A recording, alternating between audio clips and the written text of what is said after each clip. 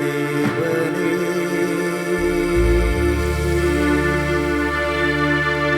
யெகோவா என் ஜீவனே யெகோவா என் ஜீவனே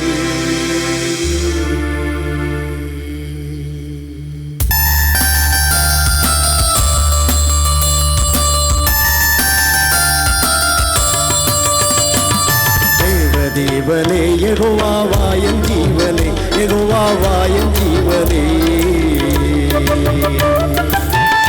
தேவனே யெகோவா என் ஜீவனே யெகோவா என் ஜீவனே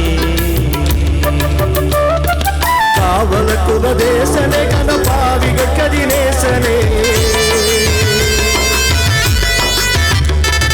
காவலர்க்கு உபதேசனே கனபாவிகள் கதிநேசனே கர்த்தனே கதிருத்த ஞானவ கர்த்தராக கிறிஸ்துவாகிய தேவனே யெகோவா என் ஜீவனே யெகோவா என் ஜீவனே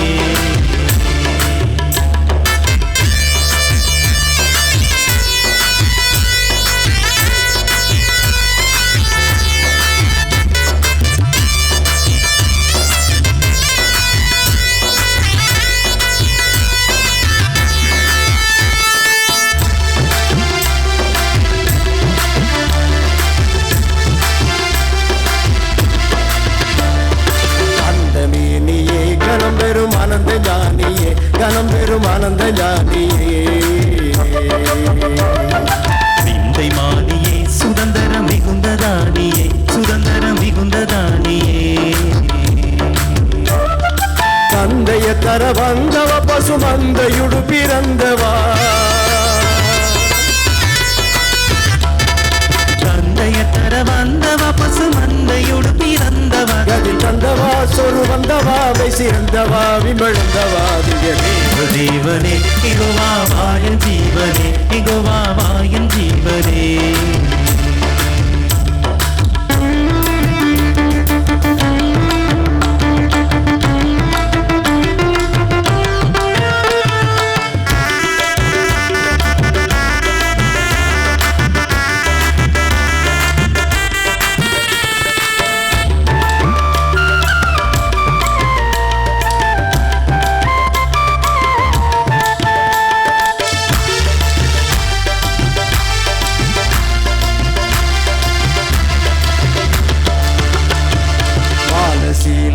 மனு உருவான கோலனே மனு உருவான கோலனே ஞான பாதனே அதிசய நன்மை நூலனே அதிசய நன்மை நூலனே மானுவே மனுவேலனே இம்மானுவேலனு கூலனே மானுவே மனுவேலனே இம்மானுவேலனு கூலனே கனபத்தியே தரு துத்தியமே நடு நித்தியமாய் வளர் வஸ்துவே ஒரு தேவனே யெகோவா என் ஜீவனே யெகோவா என் ஜீவனே தேவனே யெகோவா என் ஜீவனே யெகோவா என் ஜீவனே.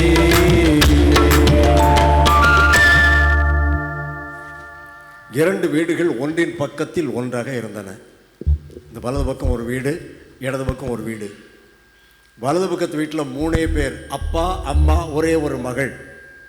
வலது பக்கத்து வீட்லேயும் 3 பேர், அப்பா அம்மா ஒரே ஒரு மகள். வலது பக்கத்து வீட்டில் காலையில் தகப்பனார் மேசைக்கு முன்னால் உட்கார்ந்து ஒரு சேர் போட்டு பத்திரிகை படித்து கொண்டிருந்தார். அவருடைய மனைவி ஒரு ஓரமாக அமர்ந்திருந்தாங்க. அவர்களுடைய ஒரே மகள் ஒரு டம்ளர் நிறைய காப்பி கொண்டு வந்து அப்பாவுக்கு முன்னால் இருந்த மேசையில் வைத்துவிட்டு பள்ளிக்கூடத்துக்கோ கல்லூரிக்கோ போகிற அவசரத்திலே அவள் போய்விட்டாள். இவர் கையில் இருந்த பத்திரிகையை வேகமாய் புரட்டினார். இவருடைய கை தட்டுப்பட்டு அந்த கண்ணாடி டம்ளர் கீழே விழுந்து உடைஞ்சு போச்சு. காப்பியும் சிந்தி போச்சு.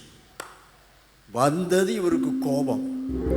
யார் காப்பியை கொண்டு இங்கே காலையில் வச்சதுன்னு கேட்டார். மகள் ஓடி வந்தாள். ஏன், நான் தான் வச்சேன். ஏமா, காப்பி வச்சா ஒரு வார்த்தை சொல்லிவிட்டு வைக்கக்கூடாதா? சொல்லிட்டு வச்சிருந்தியானா டம்ளர் உடஞ்சிருக்குமா, காப்பி சிந்தி இருக்குமா? ஏன் சொல்லலை? உன் வாயிலிருந்து முத்தா விழுந்துடும் உனக்கு கோபத்தோடு கேட்டார்.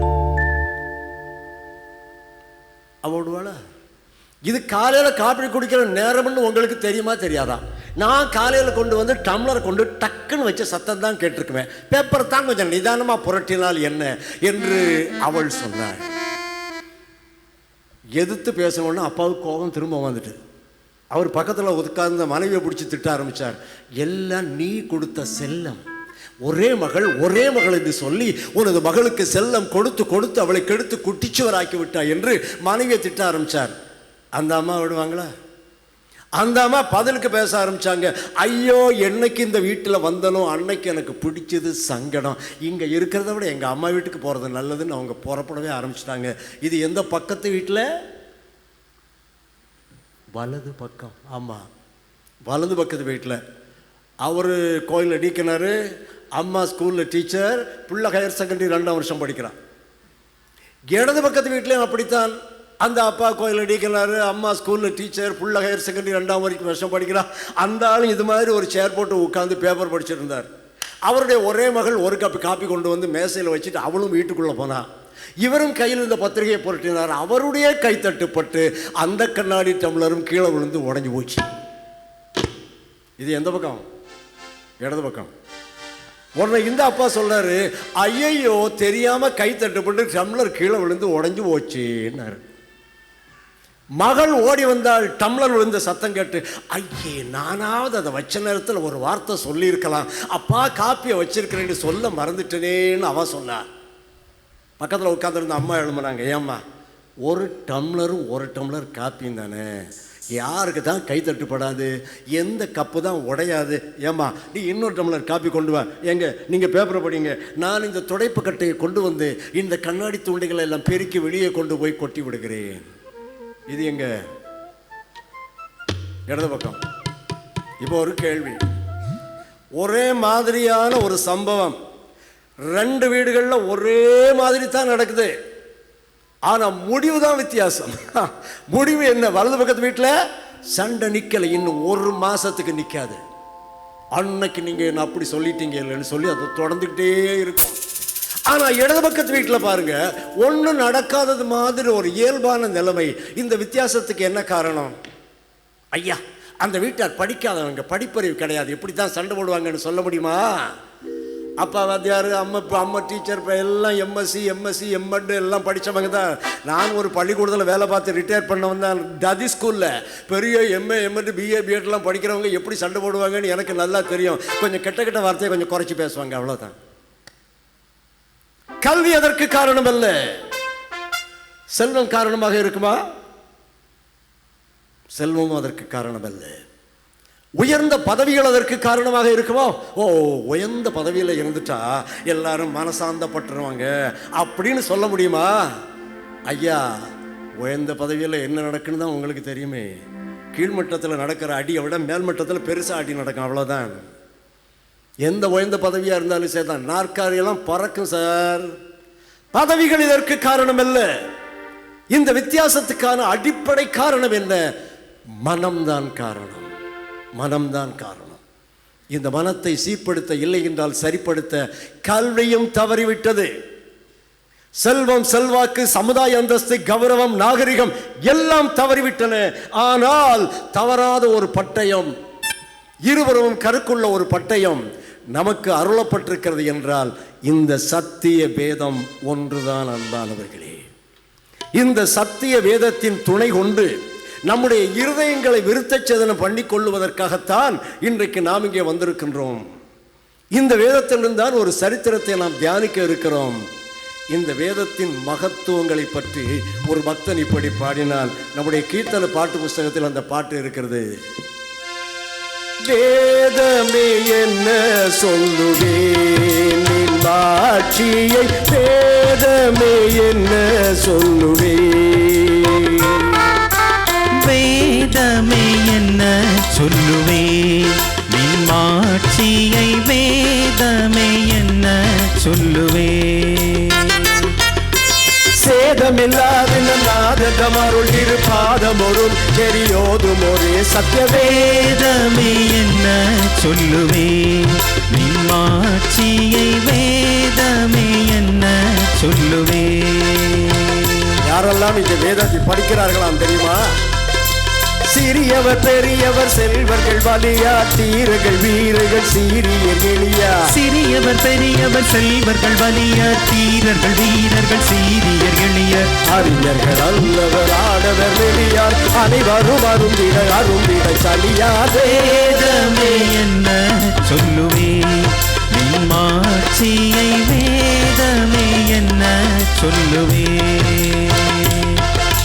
கனபலம் அருளுவாய் தினம் தினம் காலை களைப்பினை போக்குவாய் களைப்புறு மாலை கனபலம் அருளுவாய் தினம் தினம் காலை களைப்பினை போக்குவாய் களைப்புறு மாலை இதயமை திருத்தலும் வேலை செப்பரும் கனிதரும் கற்பக சோலை வேதமே என்ன சொல்லுவே நின் மாட்சியை வேதமே என்ன சொல்லுவே சற்றி சனிதி சானிததானி தபமாதாமக சமாகமவரணி வேதமே என்ன சொல்லுவே நின் மாட்சியை வேதமே என்ன சொல்லுவே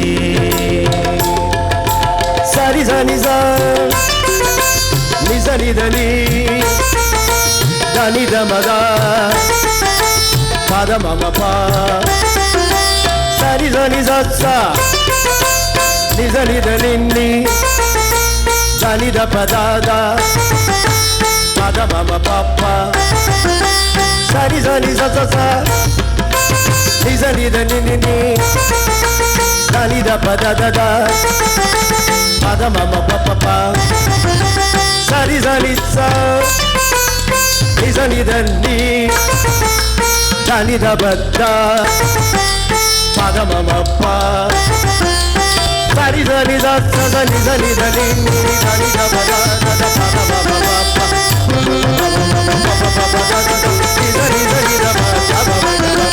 வேதமே என்ன சொல்லுவே நின் மாட்சியை வேதமே என்ன சொல்லுவே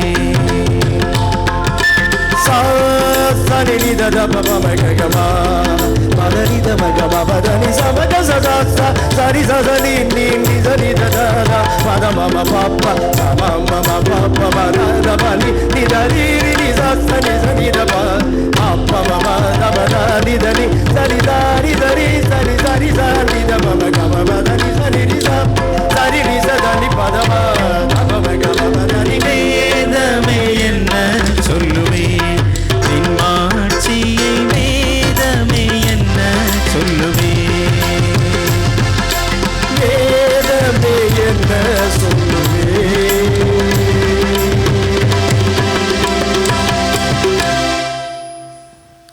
இந்த சத்திய வேதத்திலிருந்து தான் ஒரு சரித்திரத்தை இன்றைக்கு நாம் தியானிக்க இருக்கிறோம். எல்லாரும் யோசிக்கிறாங்க, என்ன சரித்திரம்டா வைக்க போறாரு? பைபிளில் இருக்கிற முதல் புஸ்தகம் என்ன புஸ்தகம்? சத்தமா ஆதியாகமம். பைபிளில் இருக்கிற எல்லா புஸ்தகங்களையும் முதலில் எழுதப்பட்ட புஸ்தகம் எது தெரியாது. ரைட், அந்த புத்தகத்தை குறித்து தான் இன்றைக்கு நாம் தியானிக்க இருக்கிறோம். ஊத்ஸ் என்னும் தேசத்திலே ஒரு பக்தி உள்ள குடும்பம் ஒன்று வாழ்ந்து வந்தது.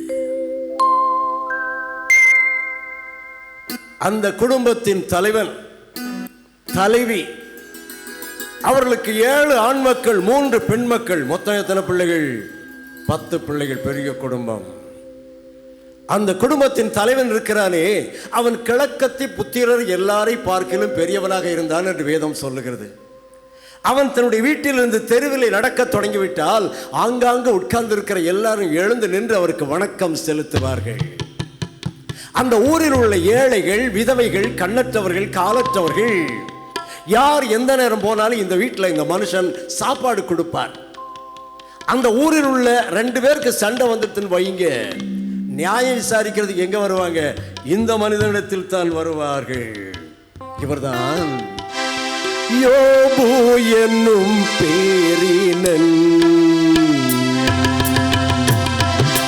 யோபு என்னும் பேரினன் சீரப்பாக வாழ்ந்தாலும் தேசத்திலே.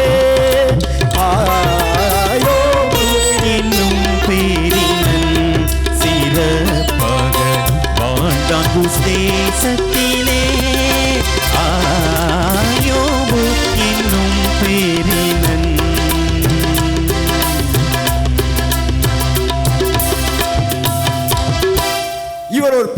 ஐஸ்வர்யவான். அவருடைய சொத்துக்கு ஒரு கணக்கு பைபிளில் எழுதியிருக்கு. 7000 ஆடு, 3000 ஒட்டகம், 500 ஏர்மாடு, 500 கழுதைகள், திரளான வேலைக்காரர்கள். பெரிய ஐஸ்வர்யவானா இல்லையா? பெரிய பணக்காரன். ஆனால் கடவுள் தாமே இவரை பற்றி ஒரு சாட்சி கொடுத்தார். என்ன சாட்சி தெரியுமா? யோபு எப்படிப்பட்டவன் என்று ஆண்டவர் சொன்னார். உத்தமன், சன்மார்க்கன், தேவனுக்கு பயந்தவன்.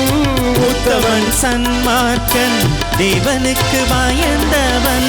பொல்லாப்புக்கு விலகி செல்வாக்கினாய் வாழ்ந்தான். யோபு என்னும் பேரினன் சிறப்பாக வாழ்ந்தான் உத்தேசத்திலே. யோபு என்னும் பேரினன்.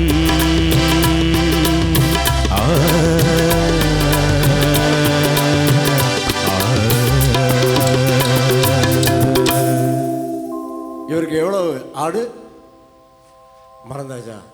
7000 ஆடு, 3000 ஒட்டகம், 500 ஏர்மாடு, 500 கழுதை. மனுஷன் பார்த்தா இப்படித்தான் பார்ப்பான். மனிதர்கள் பார்த்தால் எப்படி பார்ப்பார்கள்? ஓ, இவர் பெரிய ஐஸ்வர்யம்ப்பா, 7000 ஆடு, 3000 ஒட்டகம், 500 ஏர்மாடு, 500 கழுதை. ஆனால் கர்த்தர் எப்படி பார்த்தார்? இவன் உத்தமன், இவன் சன்மார்க்கன், இவன் தேவனுக்கு பயப்படுகிறவன், இவன் பொல்லாப்புக்கு விலகுகிறவன். அன்பானவர்களே, சரித்திரத்தின் ஆரம்பத்திலேயே ஒரு மாபெரும் சத்தியத்தை ஆண்டவர் நமக்கு உணர்த்துகிறார். என்ன தெரியுமா? மனுஷன் முகத்தை பார்ப்பான், மனுஷன் வெளிப்பிரகாரமான அலங்காரங்களை பார்ப்பான். கர்த்தரோ, சொல்லுங்க பார்க்கலாம், கர்த்தரோ இருதயத்தை பார்க்கிறார். உத்தமன் எங்க இருக்கு? பேங்க்ல தான் போட்டு வச்சிருக்கா உத்தமன் உள்ளது. நான் உத்தமன் இருந்து அதை எனக்கு கணக்கில் போட்டு வச்சிருக்கா? இல்லை இல்லை, என் இருதயத்தில் இருக்கும். சன்மார்க்கன் எங்க இருக்கு? இருதயத்துக்குள்ள இருக்கு. பொல்லாப்புக்கு விலகுகிறவன் இருதயத்துக்குள்ள இருக்குது. தேவனுக்கு பயப்படுகிறவன். அன்பானவர்களே, இது ஒரு அற்புதமான ஒரு சத்தியம், மறந்து விடாதீர்கள். உலகத்தின் அழகு, அலங்காரம் இதெல்லாம் காட்டி மனுஷனை ஏமாத்தலாம். கடவுளை ஏமாற்ற முடியுமா? கடவுளை ஏமாற்ற முடியுமா? முடியாதுல்ல. ஆகவே யோபுனுடைய வாழ்க்கை ஒரு அருமையான ஒரு வாழ்க்கை. எவ்வளவு பிள்ளைகள்னு சொன்னேன்? நிறைய கேள்வி கேட்பேன். 10 பிள்ளைகள், 7 ஆண் மக்கள், 3 பெண் மக்கள். பெரிய குடும்பம். ஒரு குடும்பத்தில் நிறைய காசு இருந்துட்டுன்னு வைங்க, அந்த குடும்பத்து பிள்ளைகள் வழி விலகிறதுக்கு வாய்ப்பு குறைவா கூடுதலா? கூடுதல். அதனால தான் நமக்கெல்லாம் ஆண்டவர் அளந்து தந்திருக்கிறாரு. சந்தோஷமா இருங்க. அதிகம் காசு வந்துட்டுன்னு வைங்க, பிரச்சனை பெருசாயிரும். யோபுனுடைய குடும்பத்து பிள்ளைகள், யோபு பெரிய ஐஸ்வர்யவானாக இருந்த போதிலும் இந்த பிள்ளைகள் எப்படி வாழ்ந்தார்களாம்?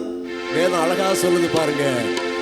தந்தை சென்ற பாதையில் நன்று செல்லும் செல்வர்கள், தந்தை சென்ற பாதையில் நன்று செல்லும் செல்வர்கள், புத்திரிகள் 3 பெற்றெடுத்த யோபுவின் குடும்பம் இனிய குடும்பமே. தந்தை சென்ற பாதையில், தந்தை சென்ற பாதையிலே செல்லுகின்ற பிள்ளைகள், அந்த தகப்பன் எப்படி வாழ்ந்து காட்டினாரோ அதுபோல அந்த பிள்ளைகள் வளர்ந்து காட்டினார்கள். எந்த குழந்தையும் இந்த உலகத்தில் பிறக்கும் போது இவன் நல்லவன் என்ற முத்திரையோடு பிறப்பதில்லை. எந்த குழந்தையும் இந்த உலகத்தில் பிறக்கும் போது இவன் கெட்டவன் என்ற முத்திரையோடு பிறப்பதில்லை. முதல்ல அவங்க எங்க பாடம் படிக்கிறாங்க? பிள்ளைகள் முதல்ல பாடம் படிக்கிறதுங்க, கற்றுக்கொள்வது யாரிடத்தில்? பெற்றோரிடத்தில், அம்மா அப்பா கிட்ட தான். ஒரு முறை ஒரு தங்கச்சி ஒரு குறிப்பிட்ட, ரொம்ப மோசமான வார்த்தை இல்லை, ஆனால் கொஞ்சம் அவ்வளோ தரமான வார்த்தையும் இல்லை, ஒரு வார்த்தை அடிக்கடி பயன்படுத்துவதை நான் பார்த்தேன். என்னடா இது யோசித்தா, ஒரு நாள் அவங்க வீட்டுக்கு நான் போயிருந்த போது அவங்க அம்மா இதே வார்த்தையை உபயோகிக்கிறாங்க.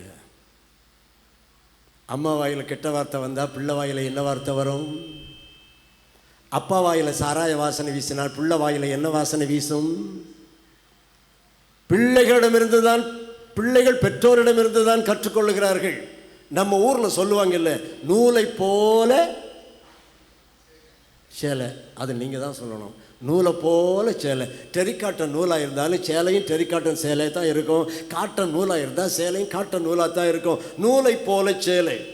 இன்னொரு பழமொழி சொல்லுவாங்க, முன் ஏர் போகிற வழியிலே பின் ஏர் போகும். அப்பா எந்த ரூட்டில் போகிறாரோ கிட்டத்தட்ட அந்த ரூட்டில் தான் பிள்ளைகள் போவாங்க.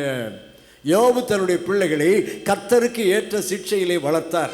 ஒரு அருமையான வசனம் உண்டு, பிள்ளையானவன் நடக்க வேண்டிய வழியிலே அவனை நடத்து, அவன் தன் முதிர் வயதிலும் அதை விடாமல் இருப்பான். ஆமா, சின்ன வயசுல இருந்தே அதற்கேற்ற சிக்ஷையில வளர்க்கணும். யோபு தன்னுடைய பிள்ளைகளை அப்படி அருமையாக வளர்த்தார். இப்படி இந்த குடும்பம் ரொம்ப சந்தோஷமா இருந்தது. காசுக்கு காசு உண்டு, நற்குணத்துக்கு நற்குணம் உண்டு, நல்ல பிள்ளைகள் உண்டு. இப்படி ரொம்ப சந்தோஷமா இந்த குடும்பம் வாழ்ந்து வந்தது. பிள்ளைகள்லாம் என்ன பண்ணுவாங்க தெரியுமா? ஒருத்தர் வீட்டில் ஒருத்தர் விருந்து வைப்பாங்களாம். அப்பப்போ 10 பிள்ளைகள் மாதத்துக்கு ஒருத்தர் வீட்டில் விருந்து வச்சாலே வருஷத்தில் 10 மாதம் போயிடும் இல்லையா? ஒவ்வொருத்தர் வீட்லையா விருந்து வைப்பாங்க. அப்போ மற்ற பிள்ளைகள் எல்லாம் அழைப்பார்கள். எல்லாரும் அந்த வீட்டுக்கு போய் சாப்பிடுவாங்க. 10 பேரும் ஐக்கியமாக இருந்தாங்கன்னா ஆச்சரியமாக இருக்குல்ல? நம்ம வீடுகளெல்லாம் இப்போ நல்லா போனால் 2 பிள்ளைகள் இருப்பாங்க. ஒரு லீவ் வந்துட்டானாக்கா அந்த ஒரு நாளிலையும் 2 பேருக்குள்ள ஒரு 2000 சண்டையாவது வரும் இல்லையா? இந்த 10 பேருக்குள்ள சண்டை வராமல் இருந்திருக்குமா? பிரச்சனை வராமல் இருந்திருக்குமா? மனக்கசப்பு வராமல் இருந்திருக்குமா? வந்திருக்கும். ஆனாலும் ஒரு விருந்துன்னா கூட்டிக்கிடுவாங்க. நான் இதுக்கு முன்னால் ஊழியம் செய்த ஒரு திருச்சபையிலே 2 முக்கியமான குடும்பங்கள் இருந்தன. HMS திருச்சபையில் அவங்க 2 பேர் தான் கொஞ்சம் வசதி உள்ளவங்க, கொஞ்சம் கோயிலுக்கு வரவங்க. அவங்க வழியாக தான் நிறைய காணிக்கையும் வரும். ஆனால் 2 பேரும் சகோதரர்கள், ஒருத்தர் பேச மாட்டாங்க. எனக்கு இது ஒரு பெரிய கவலையாகவே இருந்தது. 2 எப்படியாவது ஐக்கியம் பண்ணிருந்தேன்னு யோசித்து ஒருத்தர் வீட்டில் ஒரு கல்யாணம் வந்தது. அப்போ நான் அவர்கிட்ட போய் சொன்னேன், ஐயா இந்த கல்யாணத்துக்கு உங்கள் அண்ணனுக்கு கட்டாயம் அழைப்புதல் கொடுத்துடணும்.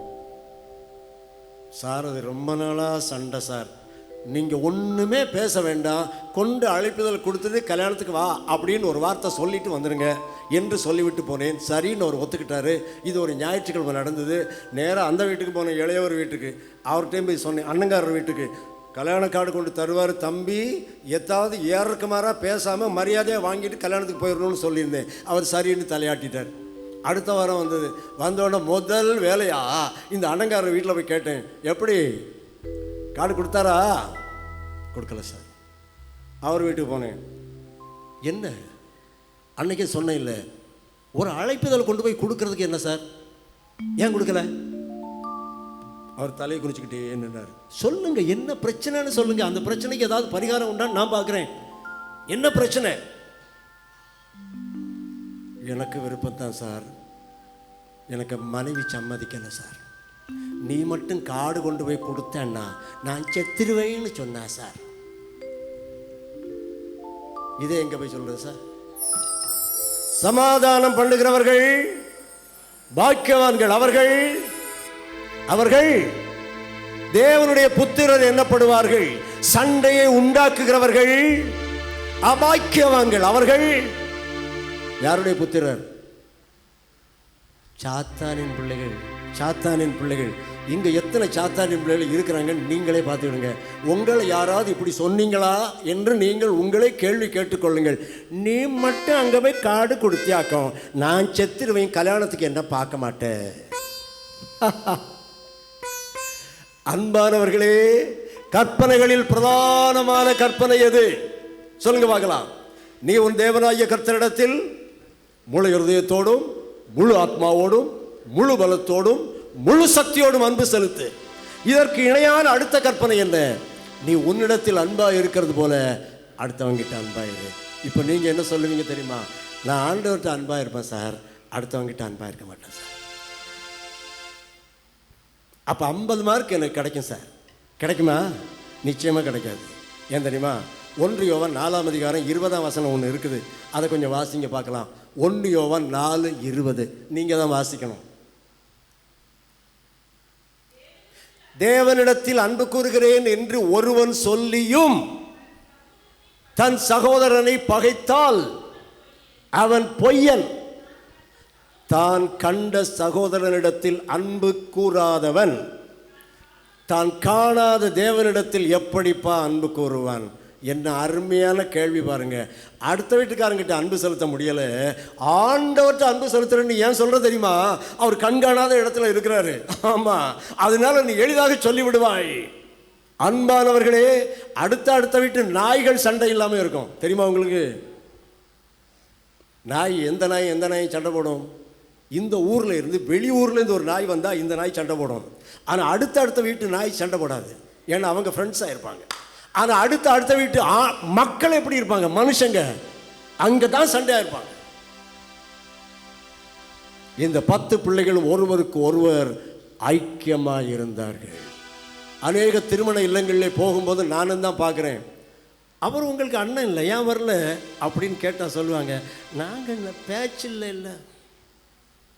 ஏன் பேச வாய் இல்லையா உனக்கு? பேசிட வேண்டியதானே. ஒரு முக்கியமான கட்டளைக்கு கீழ்ப்படியலாம் அல்லவா? எங்கள் ஊரில் ஒரு பிரசங்கியார் வந்து இப்படி பிரசங்கம் பண்ணார், சார், நீ காண்கின்ற சகோதரத்தில் அன்பு இல்லாமல் இருந்தால் உன்னுடைய தெய்வ பக்தி 0. நான் ஒரே ஒருத்தன்ட்ட சண்டையாக இருந்தேன். அப்போ இது நடந்து ஒரு 20 வருஷம் இருக்கலாம். ஒருத்தங்கிட்ட சண்டையாக இருந்தேன். அவன் வீட்டில் ஏதோ ஒரு விஷயத்துக்கு பேச போன போது எங்கள் வீட்டில் உள்ள எல்லாரும் சேர்த்து கெட்ட வார்த்தையாக திட்டான். அது எனக்கு ரொம்ப கோபமாக போச்சு. நான் வந்துட்டு பேசவே இல்லை. 6 வருஷம் நான் இந்த பிரசங்கத்தை கேட்ட உடனே வீட்டில் வந்து ஜெபம் பண்ணேன், ஆண்டவரே எனக்கு அவன்கிட்ட பேசுகிறேன்னு ஆண்டவரே. நேர வீட்டுக்குள்ளே படியேறி போய் பேசுகிறதுக்கு கொஞ்சம் கூச்சமாக இருக்கு ஆண்டவரே. ஏதாவது ஒரு வாய்ப்பு கொடுத்தா நான் பேசிடுறேன் ஆண்டவரே. ஆண்டவர் ஒரு வாய்ப்பு கொடுத்தாரு. என் பையனும் அவர் பையனும் ஒரே ஸ்கூலில் படிச்சுட்டு இருந்தாங்க. அதில் இந்த டீச்சர்ஸ் டேயோ ஏதோ ஒரு ஃபங்க்ஷன் வந்தது. அப்போ நானுமே உட்காந்துருக்கிற ஒரு சேரில், என் பக்கத்தில் ஒரு சேர் காலியாக இருக்குது. அப்போ ஒருத்தர் அந்த பக்கம் வந்தார். அவர் காலில் போட்டுக்கிற செருப்பை பார்த்த உடனே தெரிஞ்சு போச்சு யார். இவங்கிட்ட 6 வருஷம் சண்டையாக இருந்தேன்னு அவன். வேறு ஒன்றுமே நான் செய்யலை, நிமிந்து கூட பார்க்கல. சேரை ஒரு தட்டி உட்காரலாமே அப்படின்னு. அவ்வளோதான் சார், உட்காந்துட்டான். அவனு இவங்கிட்ட எப்படா பேசலான்னு காத்துக்கிட்டே இருந்திருப்பான் போல. நாங்கள் 2 பேரும் சண்டையே இல்லாதவங்க மாதிரி பேச ஆரம்பிச்சிட்டோம். அல்லேலூயா. இன்றைக்கி ராத்திரி வீட்டில் போய் ஜெபம் பண்ண போகிறீங்களா? எத்தனை பேர்கிட்ட சண்டையாக இருக்கீங்க? எத்தனை பேர்கிட்ட சண்டையாக இருக்கீங்க? ஒரு லிஸ்ட் எழுதுனா ரொம்ப பெருசாக இருக்குமா சிறுசாக இருக்குமா? ஒரு 40 பக்கம் நோட்டு போதுமா? எழுதுங்க. எழுதிட்டு வரிசையாக ஜெபம் பண்ணுங்க. ஆண்டவரே ஒரு வாய்ப்பை தாருங்க ஆண்டவரே, நான் பேசிடுறேன் ஆண்டவரே. இதுக்கெல்லாம் கூச்சப்படக்கூடாது. நீங்கள் என்ன சொல்லுவீங்க தெரியுமா? உனக்கு எருமை மாட்டு தோல், நீ பேசிடுவே, சூடு சொரணையே கிடையாது. ஆமாம், இந்த விஷயத்தில் எனக்கு சூடு சொரணையே கிடையாது சார். பேசிவிடுங்கள் அன்பானவர்களே. தைரியமாக இருக்கலாம், தெம்பா ரோட்டில் போகலாம். பேசாமல் இருந்தால் தெம்பாக போக முடியாது. எதிரில் வரவன் பேசாத ஆளுன்னா வடக்க பார்த்துட்டு போகணும், இல்லைன்னா தெற்க பார்த்துட்டு போகணும், இல்லைன்னா வராத போன பேசுகிற மாதிரி போகணும். எதுக்கு அந்த வீண் வம்பு? அந்த 6 வருஷம் சண்டையாக இருந்தவன்ட்டு கூட்டாகிட்டோம் பார்த்தீங்களா? அதுக்கு பிறகு ஒரு நல்ல டெக்னிக் நான் வச்சுருக்கிறேன். யார் கூடயாவது மனக்கசப்பு வந்தால், யார் கூடயாவது கருத்து வேற்றுமை வந்து சின்ன உரசல்கள் வந்தால் 24 மணி நேரத்துக்குள்ளே ஏதோ ஒரு விஷயத்துக்காக அவனுக்கு ஃபோன் போட்டு பேசிடுவேன். வளர விட்டால் தானே பிரச்சனை. 24 மணி நேரத்தில் விஷயம் பைசலாயிரும். ஆகவே அன்பானவர்களே, உங்களுக்கு சண்டைக்காரர்கள் இல்லாமல் பார்த்துக்கொள்ளுங்கள். யோபுவின் குடும்பம் எப்படி இருந்தது? ஒருத்தருக்கு ஒருத்தர் ஐக்கியமாக இருந்தாங்க. ஒரு குமாரனுடைய வீட்டில் விருந்து, மற்ற பிள்ளைகள் எல்லாம் அங்கே விருந்துக்கு போயிருக்கிறார்கள். யோபுக்கு ரொம்ப சந்தோஷம். ஆண்டவரே எனக்கு ஆடு மாடு தந்தீங்க, சொத்து தந்தீங்க, சுகம் தந்தீங்க, வேலைக்காரர்களை தந்தீங்க, அதெல்லாம் எனக்கு பெரிதல்ல ஆண்டவரே. எனக்கு 10 பிள்ளைகள், நல்ல பிள்ளைகளை தந்தீரே, உமக்கு நன்றி என்று சொன்னார். ஆனால் நேரம் செல்ல செல்ல, இரவு நெருங்க நெருங்க அவருடைய மனசுக்குள்ள ஒரு துக்கம். என்ன துக்கம்? யோபு 1ஆம் அதிகாரம் 5ஆம் வசனத்தை வாசிங்க.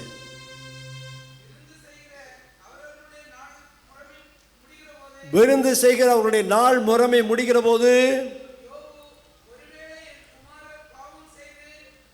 ஒருவேளை என் குமாரர் பாவம் செய்து தேவனை தங்கள் இருதயத்திலே தூஷித்திருப்பார்களோ என்று சொல்லி பலிபீடத்தை ஏற்படுத்தி பலி செலுத்தினாராம். ஐயா, அந்த பிள்ளைகள் தப்பு பண்ணாங்கன்னு யாராவது வந்து யோபனிடத்திலே பார்த்து பராதி சொன்னாங்களா? ஐயா, உங்கள் பிள்ளைகள் அங்கே தாறுமாறாக விருந்தில் கொண்டாடுறாங்க, கடவுளை இகழ்கிறார்கள், எல்லாம் எங்கள் செல்வத்தின் பலம் என்று சாதிக்கிறார்கள், பணத்தில் அதுக்கு திமிராக இருக்கிறாங்க அப்படின்னு யாராவது கம்ப்ளைண்ட் பண்ணாங்களா? ஒருத்தரும் கம்ப்ளைண்ட் பண்ணலை. யோபனுடைய உள்ளத்துக்குள்ளே ஒரு சந்தேகம். என்னுடைய பிள்ளைகள் வாய் திறந்து எந்த தவறும் பேசிவிடவில்லை, ஆனால் அவருடைய இருதயத்துக்குள்ளே ஒருவேளை தேவனை தூஷித்திருப்பார்களோ, பெருமை கொண்டிருப்பார்கள் நினைத்திருப்பார்களோ, இதெல்லாம் எங்கள் அப்பனுடைய சம்பாத்தியம் என்று நினைத்திருப்பார்களோ, நாங்கள் ஒரு செல்வந்தனான தந்தைக்கு பிறந்திருக்கிறோம் என்று பெருமை கொண்டிருப்பார்களோ. என்ன செய்தார் தெரியுமா அந்த தகப்பனன்? தேவனை தூஷித்து பாவம் செய்தனரோ, தேவனை தூஷித்து பாவம் செய்தனரோ, வேதனை கொள்ளுதென்னுள்ளம். இதற்கொரு பரிகாரம் இப்போதே கண்டிட வேண்டும், பலி செலுத்திட வேண்டும். இதற்கொரு பரிகாரம் இப்போதே கண்டிட வேண்டும், பலி செலுத்திட வேண்டும். இதற்கு ஒரு பரிகாரம் இப்பவே காணணும். என் பிள்ளைகள் ஒருவேளை ஏதாவது தப்பு பண்ணியிருந்தாங்க, ஆண்டவர் மன்னிக்கணும். இல்லை, காலையில் எழுந்தார், ஒரு பலிபீடத்தை ஏற்படுத்தினார், அங்கு ஒரு பலியை செலுத்தினார், தேவாதி தேவனை நோக்கி ஜெபம் பண்ணாரு. கரிசனையோடு யோபு கருத்துடன் நிறைவேற்றும், கரிசனையோடு யோபு கருத்துடன் நிறைவேற்றும். சர்வாங்க தகன பலி மக்களுக்காய் தகப்பன் என்றென்றும் தேரெடுக்கும் மத்தியஸ்த மன்றாட்டு. மக்களுக்காய் தகப்பன் என்றைக்கும் ஏறெடுக்கும் மத்தியஸ்த மன்றாட்டு. ஆண்டவரே, ஒருவேளை என் பிள்ளைகள் ஏதாவது தப்பு பண்ணியிருந்தா அதை மன்னித்துக் கொள்ளும் ஐயா. ஏன் அந்த பிள்ளைங்க நல்லவங்களா வாழ்ந்தாங்க? முதலாவது அந்த தகப்பன் அந்த பிள்ளைகளுக்கு முன்மாதிரியாக வாழ்ந்தார். இரண்டாவது அந்த தந்தை தன் பிள்ளைகளுக்காக ஜெபித்தார்.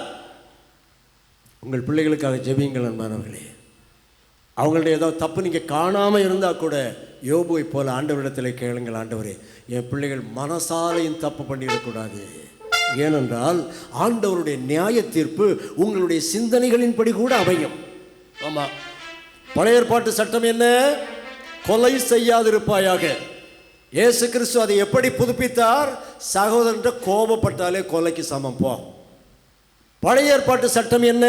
விபச்சாரம் செய்யாதிருப்பாயாக. இயேசு கிறிஸ்து அதை புதுப்பித்தார். எப்படி? இச்சையோடு பார்த்தாலே விபச்சாரம். இதெல்லாம் எங்கே இருக்கு? இருதயத்துக்குள்ளே இருக்கு. நம்முடைய பிள்ளைகளுக்காக நாம் ஜெபிக்க வேண்டும். யோபு தன்னுடைய பிள்ளைகளுக்காக ஜெபித்தார். அந்த பிள்ளைகள் கர்த்தருக்கு பிரியமாக வாழ்ந்தார்கள். இவற்றையெல்லாம் ஒருவன் பார்த்தான். உலகத்தில் மனுஷங்களே பார்ப்பாங்க, சிலர் எரிச்சலாக பார்ப்பாங்க. ஆனால் ஒருவன் பார்த்தான். யார் தெரியுமா அவன்? சாத்தான். ஒரு நாள் பரமபிதாவின் சமூகத்திலே, பரலோகத்திலே தேவமுத்திரர்கள்லாம் உலகத்தின் ரிப்போர்ட்டுகளை கொண்டு போய் கொடுத்து கொண்டிருக்கும் போது சத்துருவாய பிசாசானவனும் அங்கே வந்து நின்றான். தேவனாகிய கர்த்தர் கேட்கிறார், சாத்தானே நீ எங்கே இருந்து வருகிறாய் என்று கேட்டார். சாத்தான் என்ன பதில் சொன்னார்? நானா உலகில் உலாவி வருகின்றேன், ஊரை சுற்றி பார்த்து வருகின்றேன். உலகில் உலாவி வருகின்றேன், ஊரை சுற்றி பார்த்து வருகின்றேன். மேடுகளும் பள்ளங்களும் மேட்டிமை மனிதர்களும், வீடுகளும் பள்ளங்களும் மேட்டிமை மனிதர்களும், ஏழைகளும் செல்வந்தரும் கூடி வாழும் உலகில் உலாவி வருகின்றேன், ஊரை சுற்றி பார்த்து வருகின்றேன். உலகில் உலாவி வருகின்றேன், ஊரை சுற்றி பார்த்து வருகின்றேன். ஆண்டவரே, நான் இந்த உலகத்தில் உலாவி ஊரையெல்லாம் சுற்றி பார்த்து வரேன் ஆண்டவரே.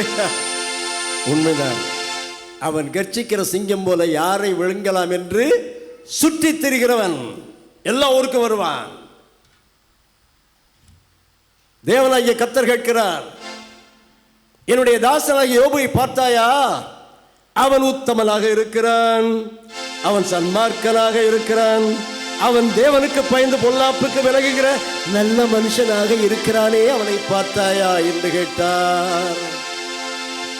உடனே சாத்தான் என்ன சொன்னா தெரியுமா? ஆண்டவர் பார்த்து, இருதாவாக யோபு உம்மை பணிகின்றான், காரணம் நான் அறிவேன் ஆண்டவரே.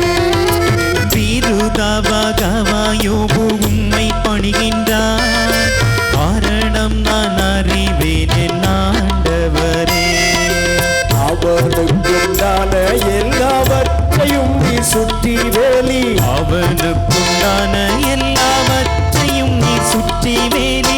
சேர்த்து வைத்து ஆசீர்வதித்தீர், அதனால் திருப்தி அடைகின்றார்.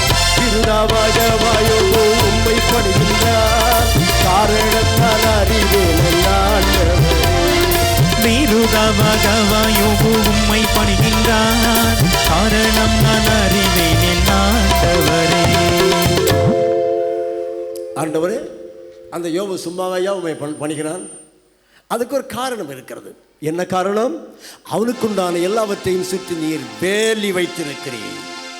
ஆமா, அவனுடைய மிருக ஜீவன்களை சுற்றி ஒரு வேலி, பிள்ளைகளை சுற்றி ஒரு வேலி, அவனை சுற்றி வேலி. எத்தனை அடுக்கு பாதுகாப்பு? 3 அடுக்கு பாதுகாப்பு. யார் கொடுக்கிறா? தேவனாகிய கர்த்தர். சாத்தான் எல்லா ஊருக்கும் வருவான். உங்க ஊருக்கு வருவானா? என் ஊர் பேர் என்ன தெரியுமா? கொற்றிக்கோடு. கொற்றிக்கோடுனா என்ன அர்த்தம்? கொற்றவர்கள் வாழ்ந்த கோடு. கொற்றவர்கள்னா ராஜாக்கள், கோடுன்னா மலை பிரதேசம், ரைட்டா? அந்த ஊருக்கும் சாத்தான் வருவான். அங்கே கோயில் 190 வருஷத்துக்கு மேலாச்சு, ஆனால் இப்போவும் சாத்தான் வருவான். உங்கள் ஊருக்கு வருவானா? வரமாட்டானா? எல்லா ஊருக்கும் வருவான் சார். வந்தால் அப்படி தெருக்கள் வழி, வீடுகள் வழி சுற்றி சுற்றி வருவான். சில வீடுகளுக்கு பக்கத்தில் வந்தால் இந்த திறந்து கிடக்கிற வீட்டில் நாய் நுழைக்கிற மாதிரி பொசுக்குன்னு உள்ள நுழைஞ்சிருவான். ஏன்? ஆண்டவருடைய வேலி இருக்காது. சில வீடுகளுக்கு பக்கத்தில் வந்தால் அப்படி வெளியே நின்று எட்டி பார்த்து விட்டு போய் விடுவான். இப்போ ஒரு கேள்வி, ஆண்டவர் வேலி வச்சிருக்கிற வீட்டுக்குள்ள சத்துருவானவன் வர முடியுமா முடியாதா?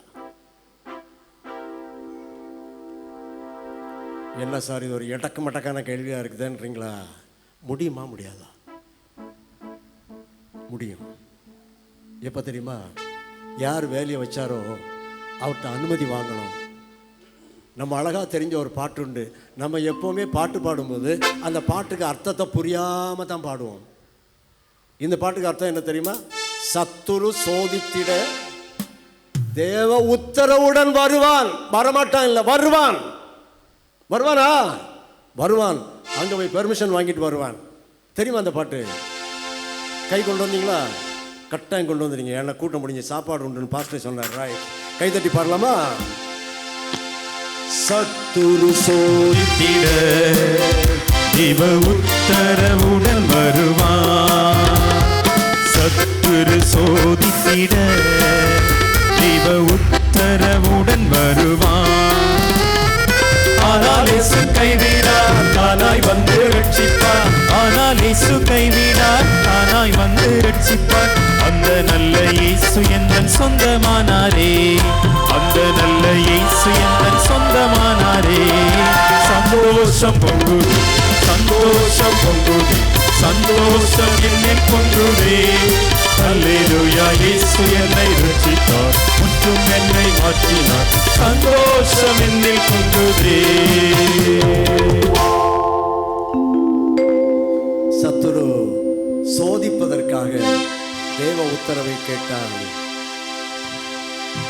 இப்போதும் கையை நீட்டி போடுவீரானால் யோபு உம்மை தூஷிக்காலோ பாரும். இப்போதும் கையை நீட்டி போடுவீரானால் யோபு உம்மை தூஷிக்காலோ பாரும். ஆசீர்வதிக்கிறீர் நீர் அவனை, ஆசீர்வதிக்கிறீர் நீர் அவனை.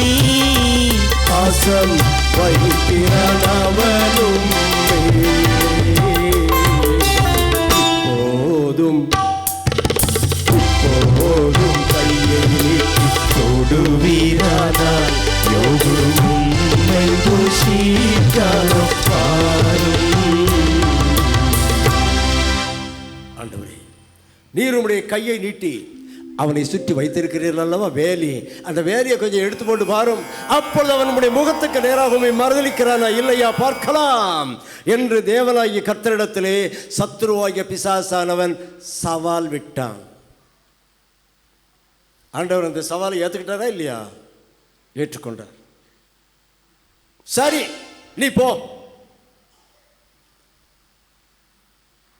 அவனுடைய மிருக ஜீவன்கள் பேரிலும் அவனுடைய பிள்ளைகள் பேரிலும் இருக்கிற அதிகாரத்தை அவனுக்கு தந்தேன், போ.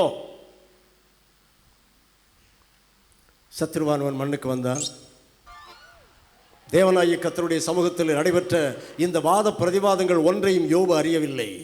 அவர் தம்முடைய அன்றாட வாழ்க்கையை வாழ்ந்து கொண்டிருக்கிறார். இப்போ சத்துரு மண்ணுக்கு வந்து விட்டான். இவன் அடிக்கிற அடியில் இவன் கதறிக்கொண்டு ஆண்டவரை மறுதளிக்கணும். இதற்காக ஆண்டவரை நான் உண்மை சேவித்தேன், இதற்காக நான் உண்மை சேவித்தேன், இந்த பெரிய துன்பம் ஏன் எனக்கு வந்தது என்று சொல்லி அவன் கடவுளை மறுதளிக்க வேண்டும். என்ன செய்யலாம்? நல்ல பிளான் பண்ணான். யோபனுடைய மிருகஜீவங்கள் எல்லாம் மேய்ச்சலுக்கும் வேலைக்குமாக சென்றிருந்தன. அவர் மாலையிலே தன் கூடாரத்தின் முன்னால் ஓய்வாக அமர்ந்திருந்தார். அப்பொழுது ஒரு மனுஷன் ஓடி வருகிறான். அவன் கதறிக்கொண்டு வந்து சொல்லுகிறான், ஐயா, நம்முடைய எருதுகள் உழுது கொண்டிருக்கும் போது, கழுதைகள் பக்கத்தில் மேய்ந்து கொண்டிருந்த போது சபேர் என்று சொல்லப்படுகிற நெடிய மனிதர்கள் வந்தார்கள். அந்த எருதுகள் மேலும் கழுதைகள் மேலும் விழுந்து எல்லாவற்றையும் ஓட்டிக்கொண்டு போய்விட்டார்கள். ஐயா, ஒன்றும் தப்பல, நான் ஒருத்தன் தான் தப்பினேன், அதை உமக்கு அறிவிக்கும்படியாய் வந்தேன் என்று சொன்னான். அவன் சொல்லி வாய் மூடி இருக்க மாட்டான். இன்னொரு வேலைக்காரன் ஓடி வந்தான். ஐயா, நம்முடைய ஆடுகளை எல்லாம் நாங்கள் மேய்த்து கொண்டு வனாந்தர வழியாய் வரும்போது பயங்கரமான இடியும் மின்னலும் வந்து வானத்திலிருந்து தேவனுடைய அக்கினி வந்து விழுந்து எல்லாவற்றையும் பட்சித்து போட்டது. அவன் வாயில கூட சாத்தா உட்கார்ந்து பேசலாம் பாருங்க. தேவனுடைய அக்கினியாம். நான் ஒருத்தன் தான் உயிர் தப்பினேன், அதை உமக்கு அறிவிக்கும்படியாக வந்தேன் என்று சொன்னான்.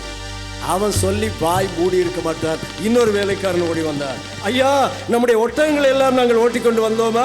அப்போ கல்தையர் பவுஞ்சாய் வந்தார்கள், கூட்டம் கூட்டமாய் வந்தார்கள். ஒட்டகம் எல்லாம் ஓட்டிட்டு போயிட்டாங்க. ஐயா, நாங்கள் போராடி பார்த்தோம், எங்களால் அவங்களை தடுத்து நிறுத்த முடியல. நான் ஒருத்தன் தான் உயிர் தப்பினேன், அதை உமக்கு அறிவிக்கும்படியாக வந்தேன் என்று சொன்னான். யோபு அதிர்ந்து போய் உட்கார்ந்து இருக்கிறார். இப்போ இன்னொரு மனுஷன் ஓடி வருகிறார். அவன் வந்து ஓடி வந்து யோபுவின் பாதங்களில் விழுந்து கதற ஆரம்பித்தான். ஏப்பா, நீ கொண்டு வந்த செய்தி என்ன? அதையும் சொல்லிவிடு. ஐயா, உம்முடைய மூத்த குமாரன் வீட்டில் இன்னைக்கு விருந்து தெரியுமா? தெரியுமே, என் மூத்த மகன் வீட்டில் இன்னைக்கு விருந்து. என்னுடைய மற்ற பிள்ளைகள்லாம் அங்கே தான் போயிருக்கிறாங்க. யோபு மனசுக்குள்ளே என்ன எண்ணி இருப்பார்? என் மிருக ஜீவன்கள் போனாலும், என் வேலைக்காரர்கள் போனாலும், என் 10 பிள்ளைகள் நிமித்தமாக நான் சந்தோஷமாக இருப்பேன் என்று எண்ணி இருந்தாரானால், அந்த வேலைக்காரன் சொல்லுகிறார், ஐயா, உம்முடைய மூத்த குமாரன் வீட்டில் விருந்து செய்து அவர்கள் மகிழ்ச்சியா இருக்கும்போது ஒரு பயங்கரமான புயல் காற்று வந்து விருந்து மண்டபத்தின் சுவர்களிலே மோதி சுவர் இடிந்து விழுந்து உம்முடைய 7 குமாரர்களும் 3 குமாரத்திகளும் செத்து போனார்கள். ஐயா, எந்த தகப்பன் தாங்கிக் கொள்வான்? அன்பானவர்களே, பிள்ளைகளை கரிசனையோடு வளர்த்த இந்த தகப்பன் தாங்கிக் கொள்வானோ? ஓடினான். மூத்த குமாரன் வீடு நோக்கி ஓடினான். அங்க போகும்போது வீடு இடிந்து கிடக்கிறது. இடிபாடுகளுக்கு இடையிலே சிக்கி போய் அவருடைய 10 பிள்ளைகளும் செத்து போனார்கள். யோபு துக்கத்தின் மிகுதியினால் வஸ்திரங்களை கிழித்தார், ஆடைகளை கிழித்தார், தலையை சிரைத்துக் கொண்டார், புழுதியை வாரி தலைகளை போட்டுக் கொண்டார். சத்ருவாகிய பிசாசானவன் பக்கத்தில் வந்துட்டான். அடிக்க வேண்டிய முறையில் அடிச்சிட்டோம், தாக்க வேண்டிய முறையில் இவனை தாக்கிவிட்டோம். இப்போ ஒரு நிமிஷம் இவன் தன் நிலைமை நினைச்சு பார்த்தா இவன் நம்பின தெய்வத்தை மறுதளிப்பான். அவன் உதடு ஒரு வார்த்தை இப்போ சொல்லிச்சுது, ஆண்டவரை மறுதளிச்சிட்டுன்னு வையி, நான் ஆண்டவருடைய சமூகத்தில் போய் வெற்றி கொடி நாட்டுவேன் என்று ஆவலோடு காத்திருந்தான். யோபனுடைய உதடுகள் திறந்தன. அவர் என்ன சொன்னார் தெரியுமா? நிர்வாணியாய்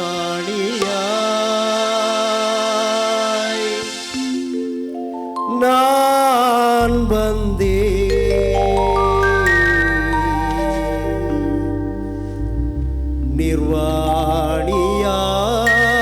நிர்வாணியாய் போகின்றேன். நிர்வாணியாய் நான் வந்தேன், நிர்வாணியாய் போகிறேன். கர்த்தர் தந்தார், கர்த்தர் எடுத்தார், கர்த்தருக்கே ஸ்தோத்திரம். கர்த்தர் தந்தார், கர்த்தர் எடுத்தார், கர்த்தருக்கே ஸ்தோத்திரம். நிர்வாணியாய் வந்தேன், நிர்வாணியாய் போகிறேன். கர்த்தர் கொடுத்தார், கர்த்தர் எடுத்தார், கர்த்தருடைய நாமத்துக்கே கர்த்தருடைய நாமத்துக்கு ஸ்தோத்திரம். சொல்ல முடியுமா அன்பானவர்களே? சொல்ல முடியுமா? கர்த்தர் கொடுத்தார் ஸ்தோத்திரம் சொல்லலாம், பாதி சொல்லலாம். கர்த்தர் எடுக்கும் போது ஸ்தோத்திரம் சொல்ல முடியுமா? சத்திய வேதம் என்ன சொல்கிறது? எல்லாவற்றிலேயும் ஸ்தோத்திரம் செலுத்துங்கள். கொடுத்தாலும் ஸ்தோத்திரம் செலுத்தணும், எடுத்தாலும் ஸ்தோத்திரம் செய்யணும். வாழ்க்கையில் வேதனைகளும் சோதனைகளும் துன்பங்களும் கடினப்பாடுகளும் வரும்போது ஸ்தோத்திரம் சொல்ல முடியுமா? மனசார சொல்ல முடியுமா? எல்லாம் கிடைக்கும் போது நன்றி சொல்லலாம். துட்டு கிடைச்சா நன்றி சொல்லலாம், வெற்றி கிடைத்தால் நன்றி சொல்லலாம், எல்லாருக்கும் மேலாக நம்ம உயர்த்தினால் நன்றி சொல்லலாம், பதவி கிடைச்சா நன்றி சொல்லலாம். ஒன்றும் கிடைக்காத போது எப்படி சார் நன்றி சொல்றது? எதை வைத்து நன்றி சொல்றது? எதை வைத்து நன்றி சொல்லுவது என்பது இந்த சரித்திரத்தின் பின்பகுதியிலே நான் உங்களுக்கு சொல்லுவேன், மறந்துடாதீங்க. கர்த்தர் கொடுத்தாலும் ஸ்தோத்திரம் தான், எடுத்தாலும் ஸ்தோத்திரம் தான். யோபு என்ன சொல்றார் தெரியுமா? கொண்டு வந்த ஏதும் இல்லை, கொண்டு செல்லும் செல்வமில்லை, கொண்டு வந்த வேகம் இல்லை, கொண்டு செல்லும் செல்வமில்லை. வந்து இங்கு வாழுகின்றோம், சொந்தம் என்று ஏதும் உண்டோ? வந்து நின்று வாழுகின்றோம், சொந்தம் என்று ஏதும் உண்டோ? ஏதாவது கொண்டு போக முடியுமா? இங்க இருந்து படாத பாடுபட்டு ஒரு பெரிய டிகிரி வாங்கிட்டேன் சார், PhD. போகும்போது கொண்டு போகலாமா? என்ன பாடுபட்டு கடின பாடுபட்டு வேலை செய்து ராப்பகலா உழைத்து சொத்துக்களை சேர்த்து வைத்தேன், கொண்டு போகலாமா? நோ. பேங்க் பேலன்ஸ் அங்கே தான் இருக்கும். டிசைனாக பார்த்து போத்தீஸுக்கு போய் அதுக்கப்புறம் என்னெல்லாம் இஸ் உண்டு அதுக்கெல்லாம் போய் டிசைனாக பார்த்து காற்றுல களத்தில் எல்லாம் வாங்கி போட்டேன், கொண்டு போகலாமா? அதுக்கு வேற சண்டை நடக்கும். பிறகு இது எனக்கு தான் தருவேன்னு அம்மா சொன்னாங்கன்னு ஒருத்தர் சொல்லுவார், இல்லை எனக்கு தான் தருவேன்னு அம்மா அன்னைக்கே எனக்கு சொன்னாங்கன்னு தங்கச்சி சொல்லுவா. ஒன்றையும் கொண்டு போக முடியாது சார். ஒரு ஊரில் ஒரு பழக்கம் இருக்குதான், ஒரு மனுஷன் மரித்து போனால் அவன் எதை விருப்பமாக சாப்பிடுவானோ அதை அவன் பெட்டிக்குள்ளே வச்சு அனுப்புவாங்களாம். எல்லாருக்கும் கடலை மிட்டாய் ரொம்ப பிடிக்கும் இல்லையா? எனக்கு ரொம்ப பிடிக்கும் கடலை மிட்டாய். அந்த ஆளு கடலை மிட்டாய் பிடிக்கும்னு வைங்க, அவர் செத்து போனார்னு வைங்க, ஒரு 4 பார்சல் கடலை மிட்டாய் வாங்கி பெட்டிக்குள்ளே வச்சு இவரை அடக்கம் பண்ணிட்டா என்ன நடக்கும்? ராத்திரி எல்லாரும் போன பிறகு கையை மெதுவாக இழுத்து வளைச்சி எடுத்து கடலை மிட்டாய் எடுத்து கருக்கு மறுக்குன்னு சாப்பிடுவாரா? சாப்பிடுவாரா? பாடுபட்டு தேடி வைக்கும் தேடி கெட்ட மாலிடரே, பாடுபட்டு தேடி வைக்கும் தேடு கெட்ட மானிடரே, கூடு விட்டு ஆவி போனால் கூட வரும் செல்வம் உண்டோ? கூடு விட்டு ஆவி போனார் கூட வரும் செல்வமுண்டோ? எதையுமே கொண்டு போக முடியாதா? அப்போ அவ்வளோதானா? இந்த பாடுபடுறமே பிறந்ததுலேருந்து இறக்குற வரைக்கும் ஒன்றுமே கொண்டு போக முடியாதுன்னா சொன்னால் அது எப்படி சார் நியாயம்? ஒன்றே ஒன்று கொண்டு போகலாம். இப்போ சொல்கிற ஆசையாக இப்போ தலையை தூக்குறாங்க, அது என்ன சார்? அதை சேர்க்கலாமே. வெளிப்படுத்தின விசேஷம் 13ஆம் அதிகாரம் 14ஆம் அதிகாரம் 13ஆம் வசனம் நீங்கள் தான் வாசிக்கணும். எதை கொண்டு போகலாம்னு அங்கே சொல்லியிருக்கு.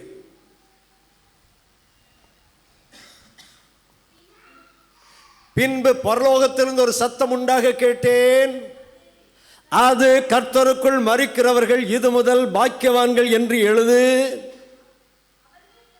அவர்கள் தங்கள் பிரயாசங்களை விட்டு இளைப்பாறுவார்கள், அவர்களுடைய கிரியைகள் அவர்களோடே கூட போகும். எது கூட வரும்? கிரியை. கிரியைன்னா என்ன? செயல்கள்.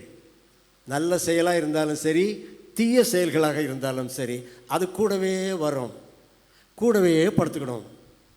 ஒரு நாள் ஆண்டவர் வருவார்.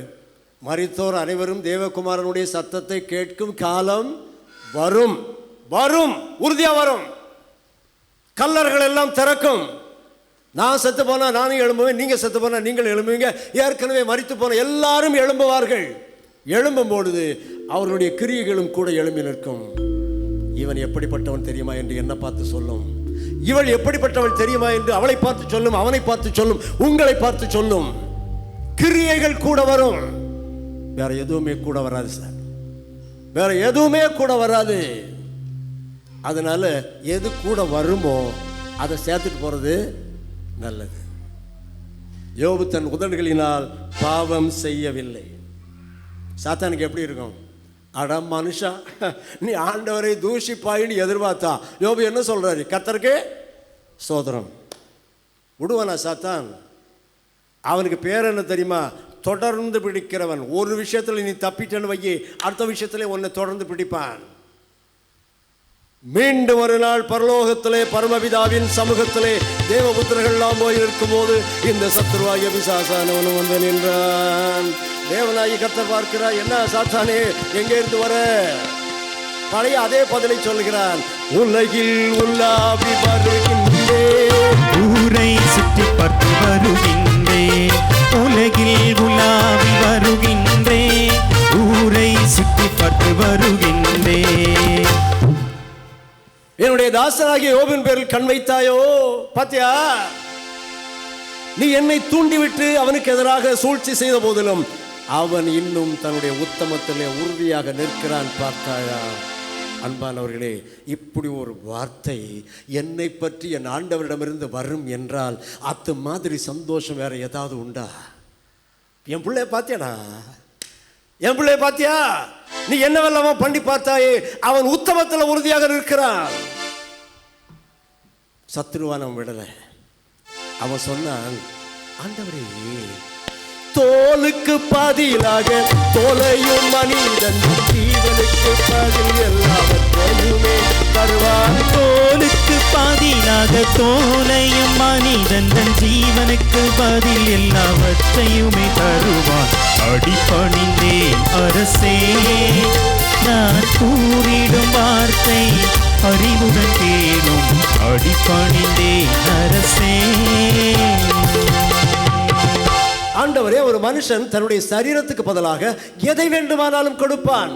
உடலுக்கு ஒரு கஷ்டம்னா மட்டும் அவனால தாங்க முடியாது. ஏனென்றால் சரீரம் பெரிது, சக்தியும் பெரிது, சொத்து சுகம் எல்லாம் அவற்றின் முன் சிறிது. சரீரம் பெரிது, சக்தியும் பெரிது, சொத்து சுகம் எல்லாம் அவற்றினும் சிறிது.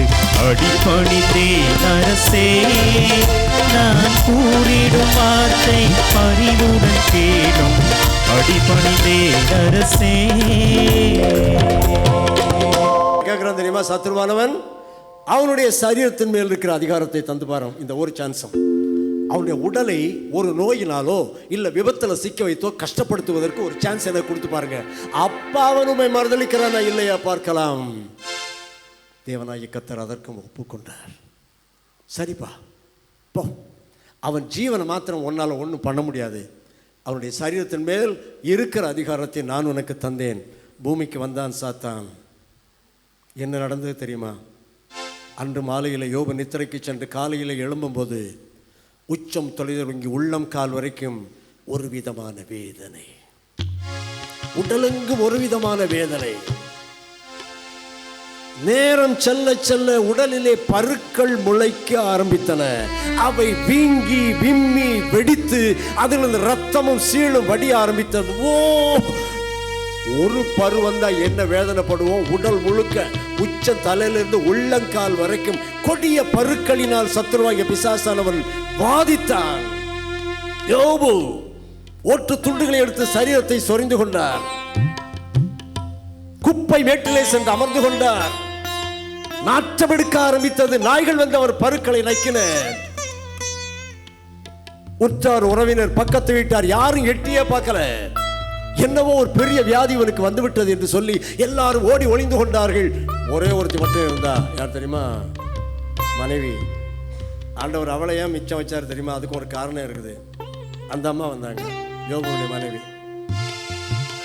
களைந்து எறியப்பட்ட கந்தல் துணியை போல கிடக்கிற இந்த மனுஷனை ஒரு புழுவை பார்ப்பதை போல பார்த்தாளாம். அவள் என்ன சொன்னாலாம் தெரியுமா? நீர் இன்னும் உடைய உத்தமத்திலே உறுதியா இருக்கிறீரோ? அந்த ஆண்டவரை நம்பி கண்டது போதாதா? அந்த ஆண்டவரை தூஷித்து ஜீவனை விடும். அவன் வாயில உட்கார்ந்து பேசுனது யாருன்னு நினைக்கிறீங்க? சத்துருவாகிய பிசாசானவன். அவளை தனது கருவியாக சாத்தான் பயன்படுத்த ஒப்பு கொடுத்தாள். அவள் தன்னை. ஒரு மனைவியே இப்படி சொல்லிட்டா, அதுக்கு பிறகு எங்கேயோ போவார் ஒரு மனுஷன் உலகத்தில்? எங்க போவார் ஒரு மனுஷன்? யோபுனுடைய பதில் என்ன தெரியுமா? யோபுனுடைய மனைவிக்கு பேர் சொல்லல பைபிள்ல. யோபு ஒரு பேர் கொடுக்கிறார். நீ பைத்தியக்காரி பேசுகிறது போல பேசுகிறாய். தேவனின் கையில் நன்மைகள் பெற்றோ தீமையையும் பெற தயங்குதல். தேவனின் கையில் நன்மையை பெற்றோ தீமையையும் பெற தயங்குதல். கொடுத்தாலும் பறித்தாலும் அவர் தீடிக்கிறார். அதை நினைத்து நீ அமைதி கொள்வதமே. என்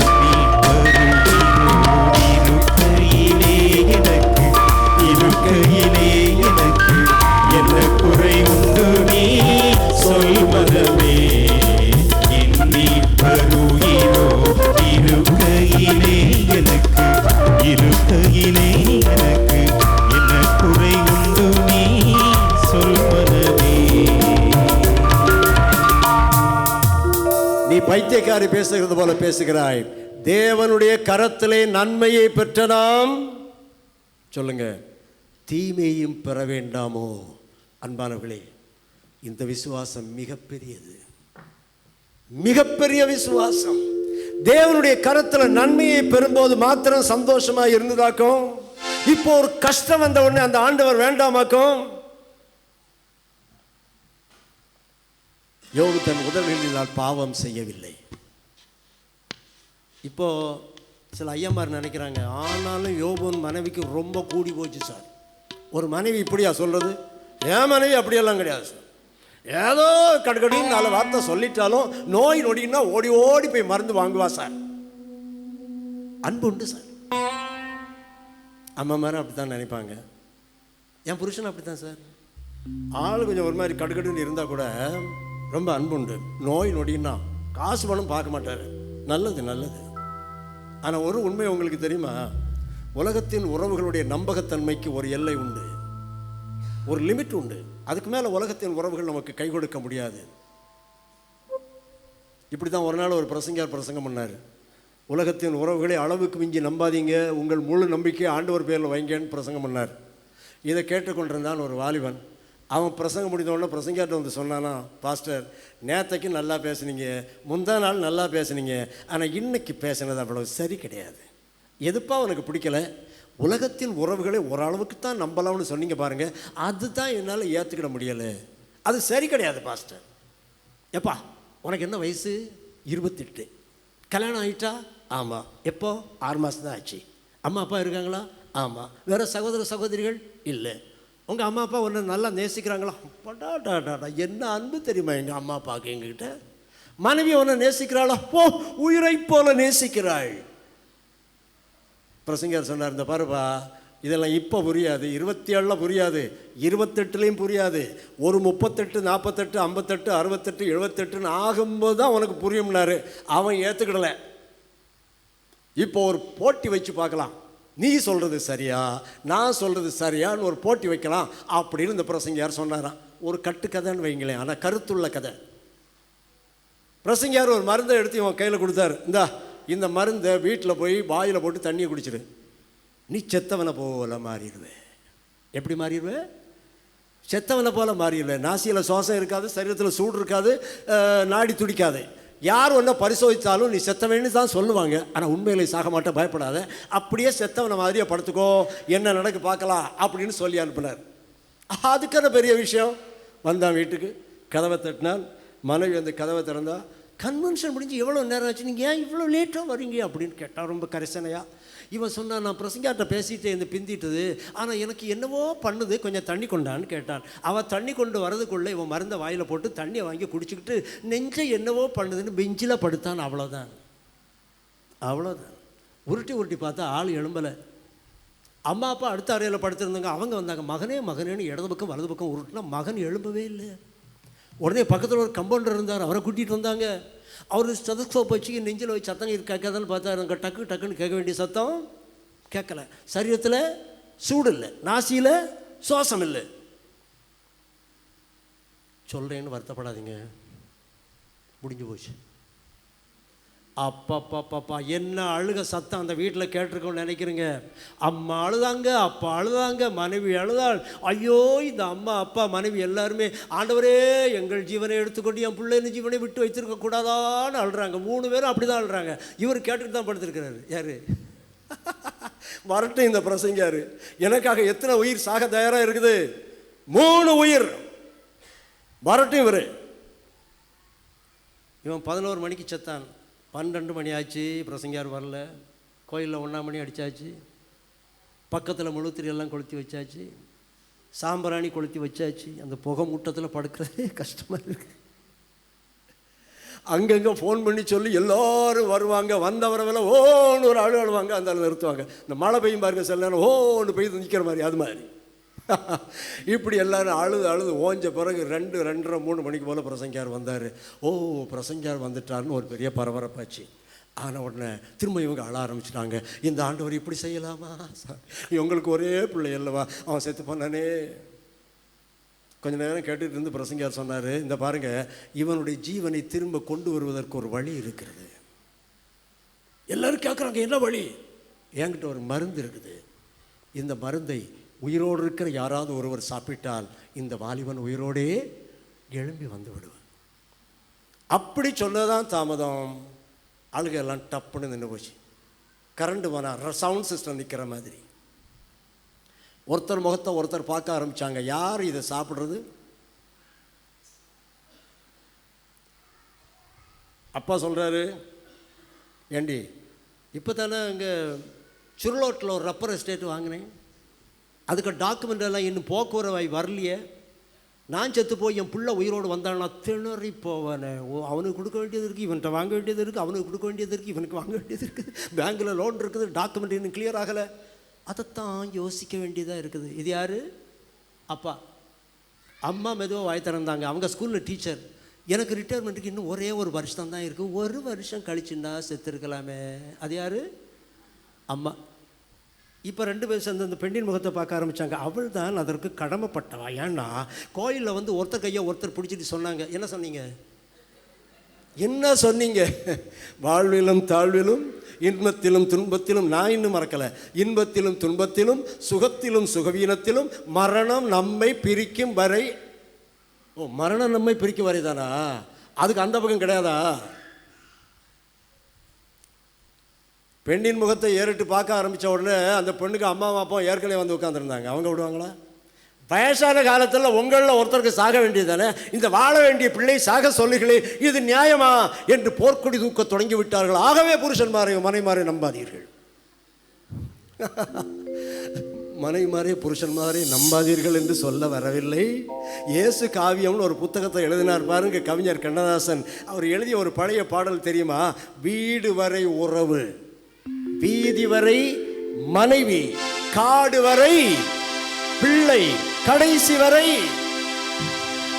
கண்ணதாசனுக்கு தெரியாது கடைசி வரை யார் வருவார் என்று. யோபுவுக்கு தெரியும், உங்களுக்கு தெரியும், எனக்கு தெரியும். கவலைகள் தீர்ப்பார், கண்ணீர் துடைப்பார், கடைசி மட்டும் கைவிடாதிருப்பார். கவலைகள் தீர்ப்பார், கண்ணீர் துடைப்பார், கடைசி மட்டும் கைவிடாதிருப்பார். அவனை பழிப்பார், பாக்கியம் கொடுப்பார், பரம பதவியினுள் எந்தனை எடுப்பார்.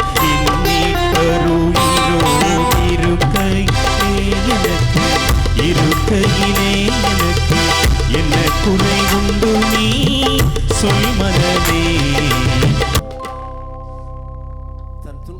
மத்தியில் யோபு என்ன சொன்னார் தெரியுமா?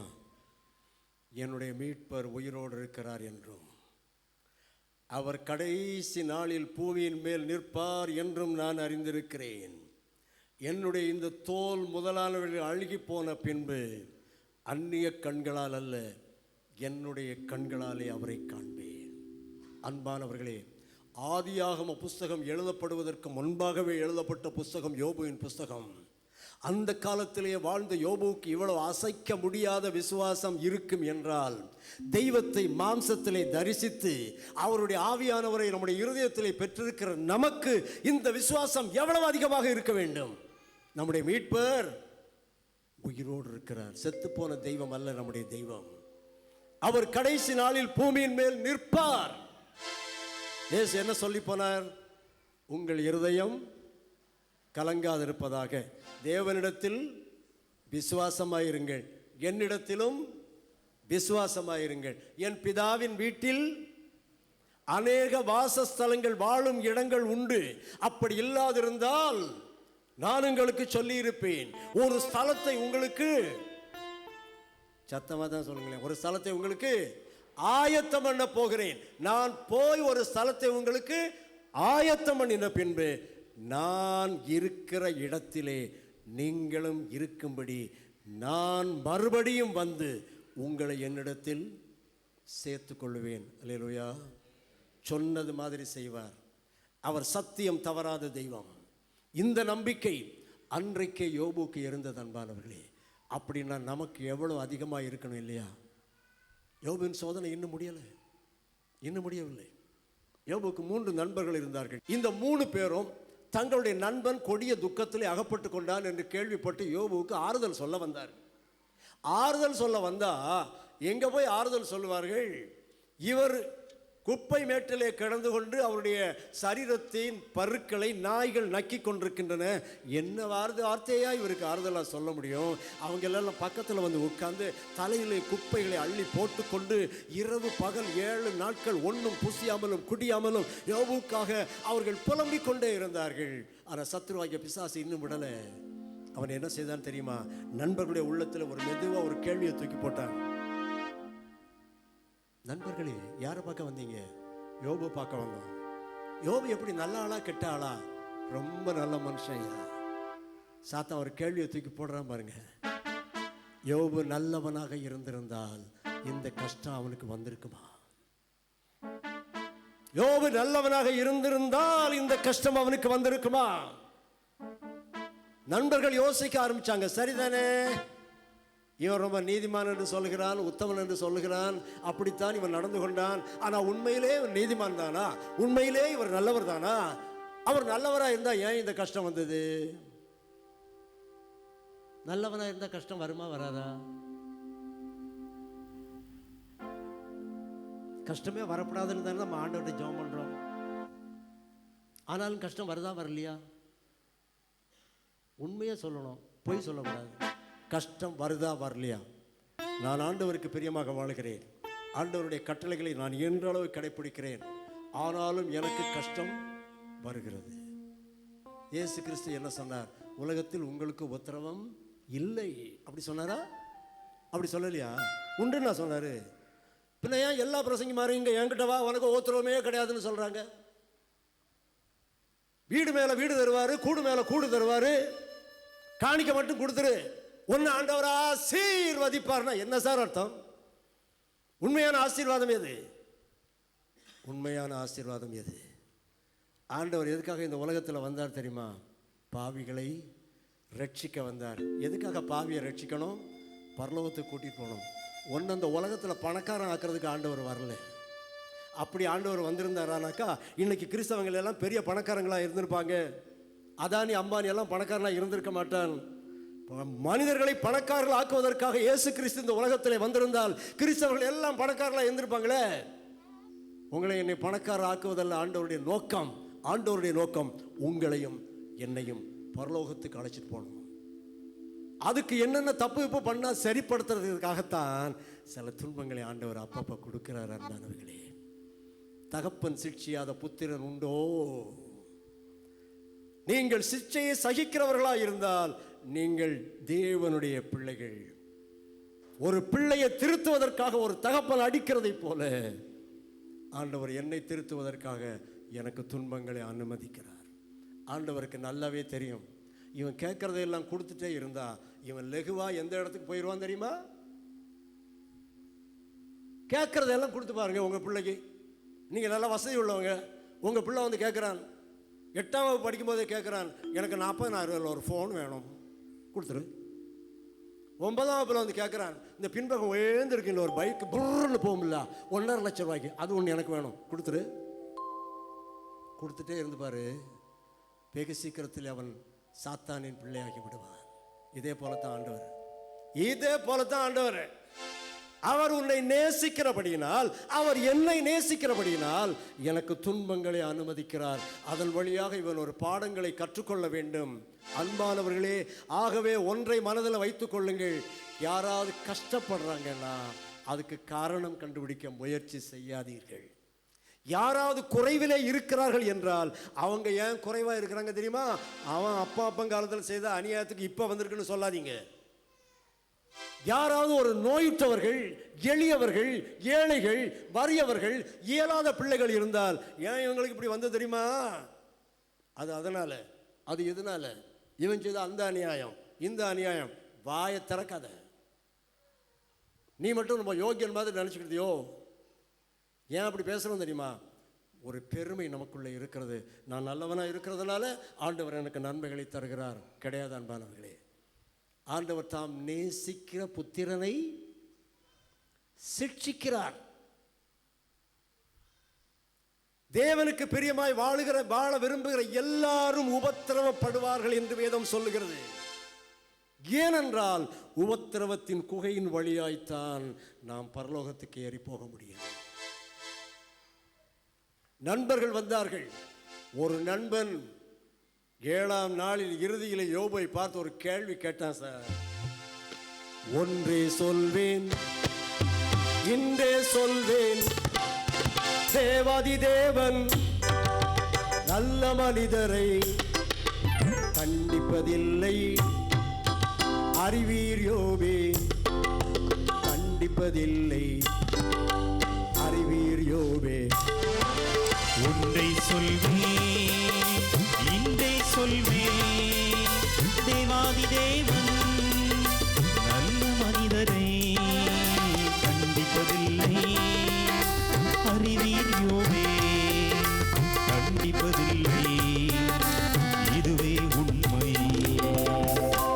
எங்கேயா போவார் யோபு? யாரிடத்தில் போவார்? அவருக்கு ஒரே ஒரு இடம்தான் உண்டு அன்பானவர்களே, ஒரே ஒரு இடம்தான் உண்டு. தேவனுடைய திருப்பாதங்களை பற்றி பிடித்துக் கொள்வதை தவிர வேறு வழியே கிடையாது. யாரும் துணை இல்லையே, யாரும் என் இயேசுவே, யாரும் துணை இல்லையே, யாரும் என் இயேசுவே. செடியின்றி தள்ளாடும் கொடியினை போல என் வாழ்வு தள்ளாடுமே, ஆண்டிட நீ வாருமே. செடியின்றி தள்ளாடும் கொடியினை போல என் வாழ்வு தள்ளாடுமே, ஆண்டிட நீர் வாருமே. என் தேவனே, என் தேவனே, ஏன் என்னை கைவிட்டீர்? என் தேவனே, என் தேவனே, என்னை கைவிட்டீர். கதறி சொல்லும் வார்த்தைகளை கேளாமல் போனதுண்டே. கதறி சொல்லும் வார்த்தைகளை கேளாமல் போனதும் ஏன்? யாரும் துணை இல்லையே, யாரும் என் இயேசுவே. யாரும் துணை இல்லையே,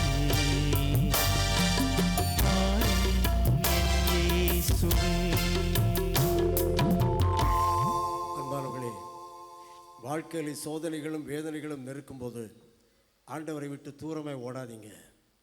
ஆண்டவருக்கு நேராய் ஓடுங்கள். ஆண்டவருக்கு நேராய் ஓடுங்கள். ஆண்டவருடைய திருப்பாதங்களை பற்றி பிடித்துக் கொள்ளுங்கள். தம்பிமார் தங்கச்சிமார் நல்ல விழிப்பாக இருக்கிறாங்களே, எனக்கு ரொம்ப சந்தோஷமாக இருக்குது. ஒரு கேள்வி கேட்கணுமா? அம்மா அடிக்க வந்தால் என்ன பண்ணுவீங்க? அம்மா அடிக்கவே மாட்டாங்களா அப்படின்றீங்களா? சரிதான், உங்கள் காலத்துலலாம் அடியே கிடையாது. இப்போது நாங்கள் எல்லாம் பட்ட அடி இருக்குது பாருங்கள். ஒரு காலத்தில் ஏதாவது தப்பு பண்ணால் நொறுக்கிடுவாங்க. அப்பா அடிக்க வந்தால் ஓட முடியாது, ஏன்னா அவர் விரட்டி பிடிப்பார். அம்மா அடிக்க வந்தால் ஓடிடலாம். அம்மா அடிக்க வந்தால் அந்த பிள்ளை ஓடிச்சுன்னு வை, அம்மா என்ன சொல்லுவாங்க? வால வா, சாயங்காலம் இந்த வீட்டில் தானே நீ சாப்பிட வரணும், இங்கே தானே உறங்க வரணும், நான் உன்னை பார்த்துக்கிட்டேன்பாங்க. இவனுக்கு அம்மா சைக்காலஜி நல்லாவே தெரியும். சாயங்காலம் ஆகி அவன் வீட்டுக்கு வந்தால் அம்மாவுக்கு கோபம் என்ன செய்கிறோம்? கரைஞ்சி போயிடும். அம்மா அடுத்த வீட்டில் உட்காந்து அதுக்கு அடுத்த வீட்டுக்காரியை பற்றி ஏதாவது பேசிகிட்டே இருப்பாங்க. அப்போ இவர் மெதுவாக உள்ளே போவார். நினைப்பாங்க, கந்தா போகிறான் திருட்டு போய் அவனை இப்போ அடிக்க முடியுமா? என்ன கோவம் இருந்தால் தானே அடிக்க முடியும், போட்டு கழுத போட்டுன்னு விட்டுருவாங்க. நல்ல அம்மானா என்ன பண்ணுவாங்க? இந்த 7 வயசில் இந்த பயலை ஓட விட்டா இவன் 17 வயசு ஆனால் என்ன ஓட்டம் ஓடுவான், அதனால நீ ஓடுறேன்னா உன்னை விரட்டி பிடிச்சாங்கன்னு வையே. இந்த மலை வழியில் ஓடுறது நல்ல வசதி இல்லை, அங்கே வளைஞ்சி இங்கே நெளிஞ்சு வீடுகள் கிடையாது, ஓடிடலாம். என்ன ஓடினாலும் இந்த அம்மா இறைச்சி ஓடி வந்து உன்னை பிடிச்சிட்டாங்கன்னு வையேன்.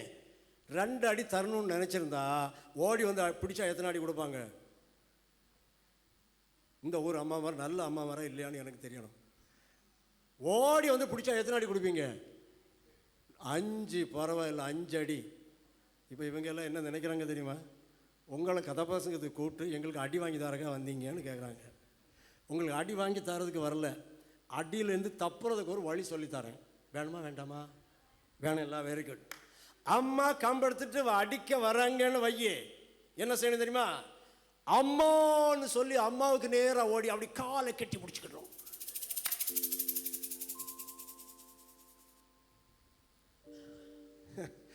அம்மா என்ன நினைப்பாங்க? ஐய புள்ள காலை கட்டி பிடிச்சிட்டானே, இனி இந்த வேலை எப்படி அடிக்கிறது? அது மட்டும் இல்லை, முன்னால் நின்னா நிற்கிற சேர்த்து வச்சு 4 சாத்து சாத்தலாம், தன்னை கட்டி பிடிச்சிருக்கிற பிள்ளை எப்படி அடிக்கிறது? அன்பானவர்களே, ஆவிக்குரிய வாழ்க்கையின் தத்துவம் இதுதான். வேதனைகள் உங்களை துரத்தும் போது, சோதனைகள் நம்மை துரத்தும் போது, மனம் கஷ்டப்படும் போது என்ன செய்வது என்று திகைக்காதீர்கள். நமக்கு அடைக்கலமான ஒரு ஆண்டவர் உண்டு. அவர் பேரில் உங்கள் பாரத்தை வைத்து விடுங்கள். ஒரு அழகான பாட்டு ஒன்று சேர்ந்து பாடலாமா? கர்த்தர் மேல் பாரத்தை வைத்து விடு, கலங்கி தவிக்காதே, அவரே நம்மை ஆதரிப்பார், அதிசயம் செய்வார். கர்த்தர் மேல் பாரத்தை வைத்து விடு, கலங்கி தவிக்காதே, அவரே நம்மை ஆதரிப்பார், அதிசயம் செய்வார். தகப்பனும் தாயும் கைவிட்டாலும் அவரே நம்மை அணைத்துக் கொள்வார். தகப்பனும் தாயும் கைவிட்டாலும் அவரே நம்மை அணைத்துக் கொள்வார்.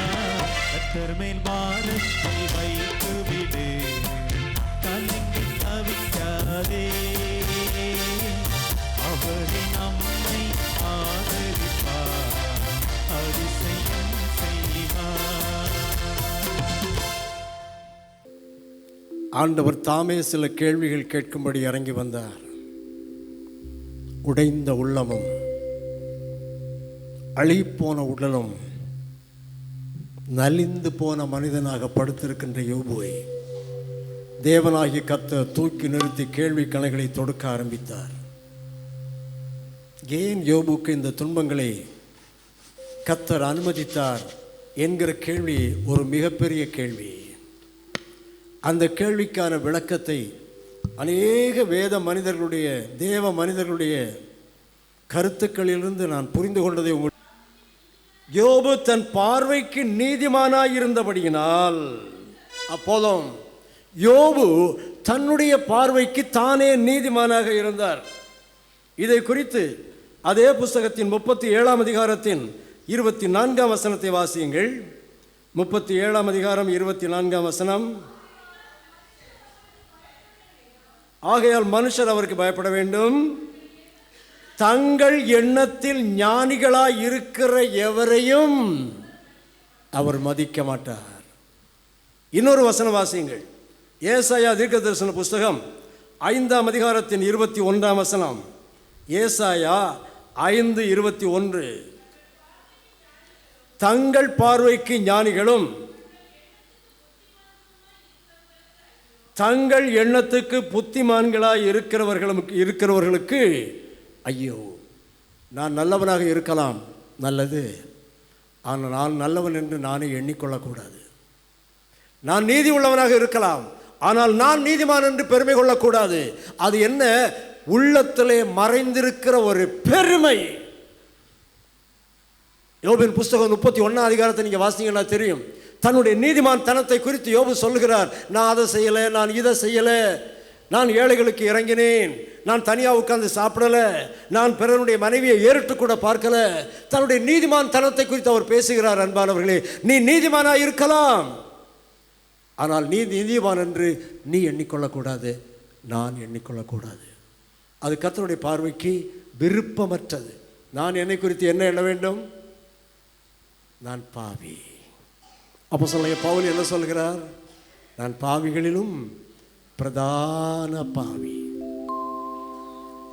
நான் பாவிகளிலும் பிரதான பாவி. அன்பானவர்களே, ஆகவே தேவனாகிய கர்த்தர் கேள்வி கேட்டார். யோபை பார்த்து அந்த தப்பு பண்ண இந்த தப்பு பண்ணன்னு ஆண்டவர் கேட்கல. ஆண்டவர் தம்முடைய மகிமையை விளங்க பண்ணினார். யார் இவன் அறிவில்லா வார்த்தைகள் கூறி ஆலோசனை அந்தகாரப்படுத்துகிறான். யார் இவன் அறிவில்லா வார்த்தைகளை கூறி ஆலோசனை அந்தகாரப்படுத்துகிறான். இப்போதும் புருஷனை போல நீ இடை கட்டிக்கொள்.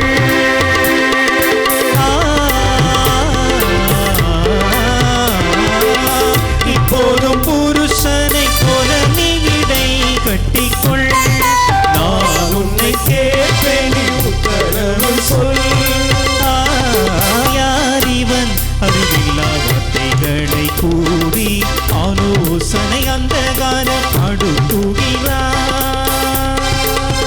யோபுவே, வானத்தை அண்ணாந்து பார், இந்த நட்சத்திரங்களை உன்னால் எண்ணக்கூடுமா?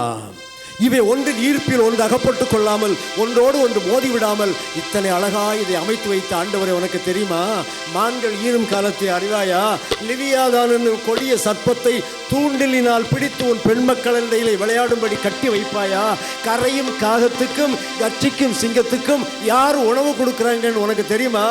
இடிகளையும் மின்னல்களையும் தம்முடைய பண்டக சாலையிலிருந்து அனுப்புகிற ஆண்டவரை நீ அறிவாயா? சமுத்திரத்து கரைக்கு வா, எழுந்து விழுகின்ற இந்த அலைகளை பார். மிஞ்சி வராதே இம்மட்டுமே நீ வா என்று கடலை தடுத்தவர் யார்? மிஞ்சி வராதே இம்மட்டுமே நீ வா என்று கடலை தடுத்தவர் யார்? சமுத்திரங்களின் அடித்தளத்தில் நீ உலாவினாயோ?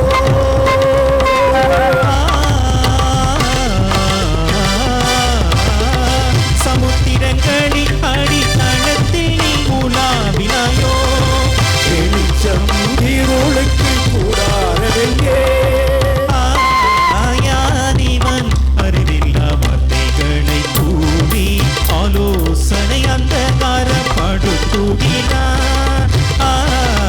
யாரிவன் அறிவில்லா வார்த்தைகளை கூறி ஆலோசனை அந்தகாரப்படுத்துகிறான். யோபு எந்த தவறும் செய்தார் என்று தேவனாகிய கர்த்தர் யோபுவை ஒரு வார்த்தை கூட குற்றம் சாட்டவில்லை.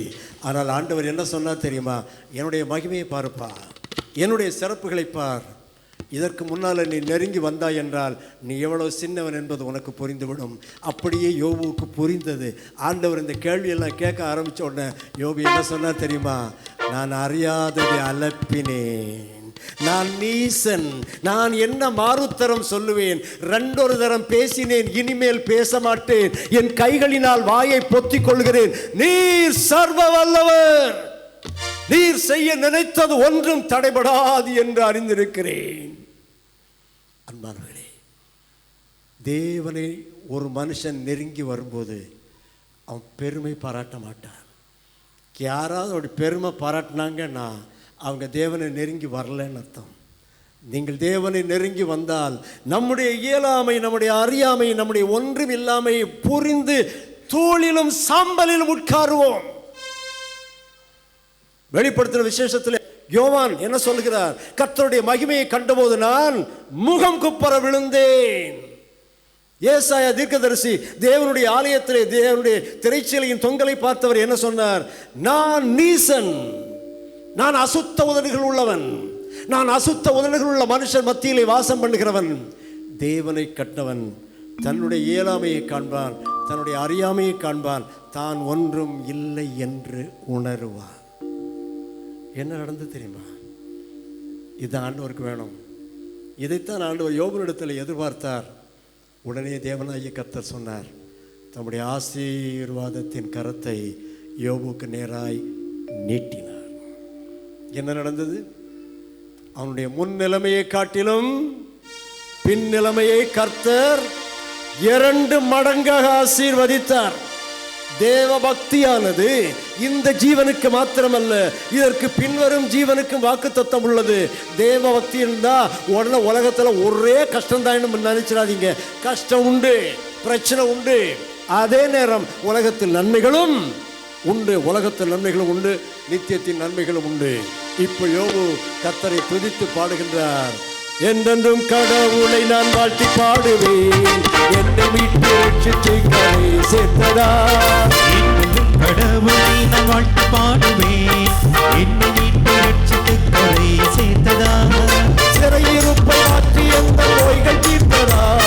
நான் மகிழ்ந்து பாடுவேன், என்று பாடுவேன். சிறையிருப்பை மாற்றி எந்த நோய்கள் தீர்த்ததா. நான் மகிழ்ந்து பாடுவேன், என்று பாடுவேன். அல்லேலூயா, அல்லேலூயா, அல்லேலூயா, அல்லேலூயா, அல்லேலூயா, அல்லேலூயா, அல்லேலூயா, அல்லேலூயா. நோய் வறுமை தோல்விகள் என்னை சந்தித்தாலும், சரீரம் இது அழுகினால் வற்றி போனாலும், நோய் வறுமை தோல்விகள் என்னை சந்தித்தாலும், சரீரம் இது அழுகினால் வற்றி போனாலும், நேசரோடு பாடி மகிழும் நாளை நினைத்து நேசரவர் பாதங்களில் என்னை படைப்பேன். தூதரோடு பாடி மகிழும் நாளை நினைத்து நேசரவர் பாதங்களில் என்னை படைப்பேன். அல்லேலூயா, அல்லேலூயா, அல்லேலூயா, அல்லேலூயா, அல்லேலூயா, அல்லேலூயா, அல்லேலூயா, அல்லேலூயா. சோதனையை சகிக்கிற மனுஷன் பாக்கியவான், அவன் உத்தமன் என்று விளங்கின பின்பு கர்த்தர் தம்மிடத்தில் அன்பு கூறுகிறவர்களுக்கு வாக்குத்தத்தம் பண்ணின ஜீவ கிரீடத்தை பெறுவான்.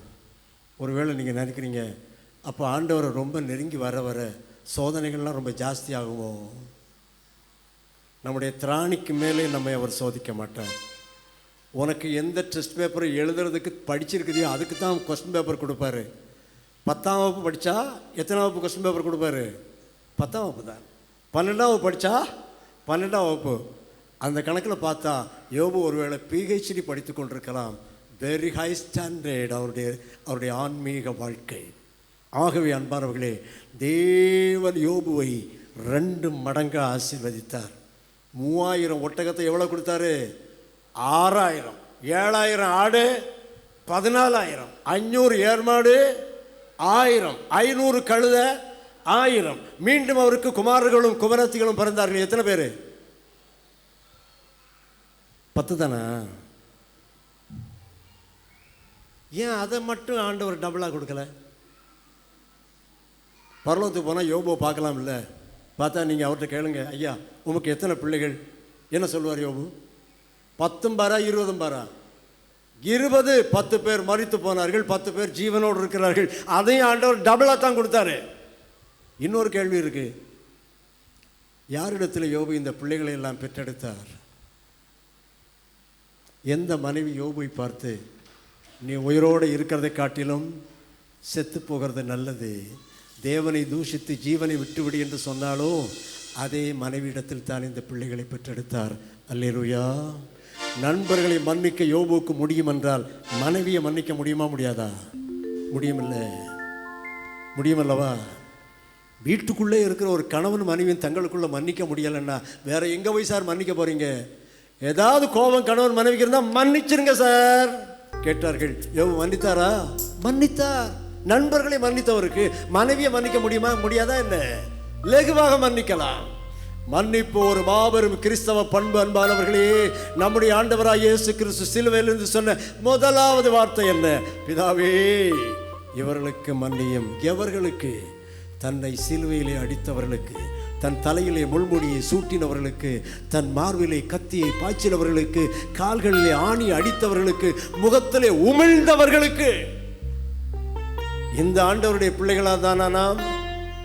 இந்த ஆண்டவருடைய பிள்ளைகளாக நாம் இருந்தோம் என்றால் எளிதாக மன்னிப்போம். மன்னிக்கலைன்னா நமக்கு மன்னிப்பில்லை.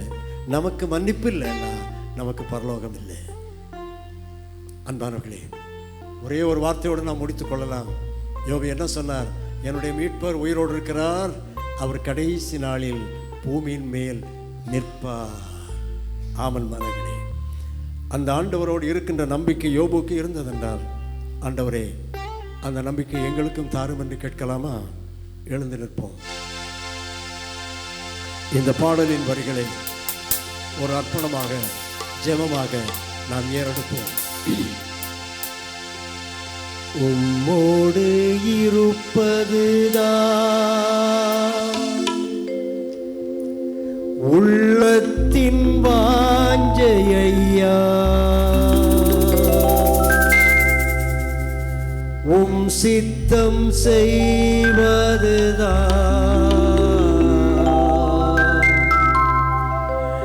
இதயத்தின் ஏக்கமையா. உம்மோடு இருப்பதுதான் என் உள்ளத்தின் வாஞ்சையா, உம் சித்தம் செய்வதுதான்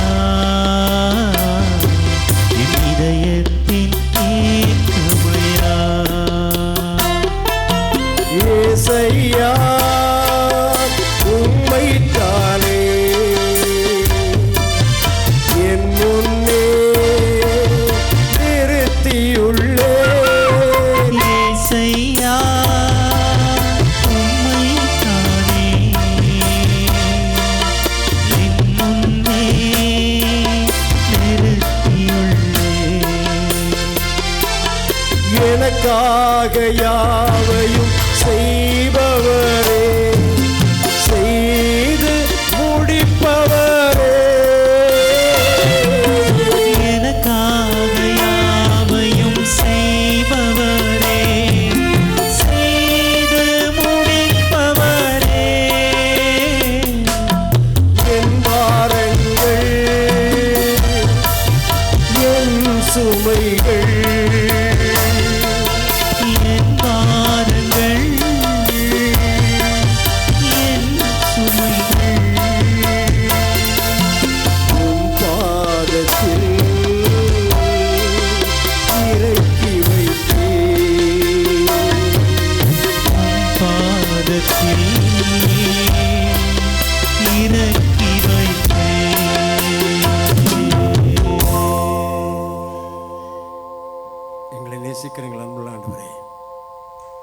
பலவிதமான மனபாரங்களோடும், கண்ணீரோடும், கவலையோடும், குடும்பங்களிலே உறவு பிரச்சனைகளோடும் உம்முடைய சமூகத்திலே வந்திருக்கிற நம்முடைய பிள்ளைகள் உண்டு.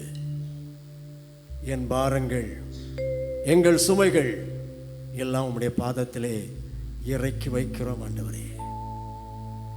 நீர் ஒருவரே எங்களை சுகமாய் தங்க பண்ணுகிறவர். உம்முடைய திரு சமூகத்திலே பேரானந்தம் உண்டு. உம்முடைய பிள்ளைகளை தேவரீர் ஆற்றி தேற்ற வேண்டும் என்றும் திடமான விசுவாசத்தை தந்து இரட்டிப்பான நன்மைகளினால் இம்மையிலும் மறுமையிலும் ஆசீர்வதிக்க வேண்டும் என்றும் மிகுந்த தாழ்மையோடு மன்றாடுகிறோம். அனைவரையும் சமாதானத்தோடு அனுப்பும் இயேசு கிறிஸ்துவின் வல்லமையுள்ள நாமத்தில் மிகுந்த பணிவோடு வேண்டுகிறோம் அன்புள்ள பிதாவே, ஆமென். அமருங்கள். சீரேசுநாதனுக்கு ஜெயமங்கலம், ஆதித்திரியேக ராஜனுக்கு சுபமங்கலம். சீரேசுநாதனுக்கு ஜெயமங்கலம், ஆதித்திரியேக ராஜனுக்கு சுபமங்கலம்.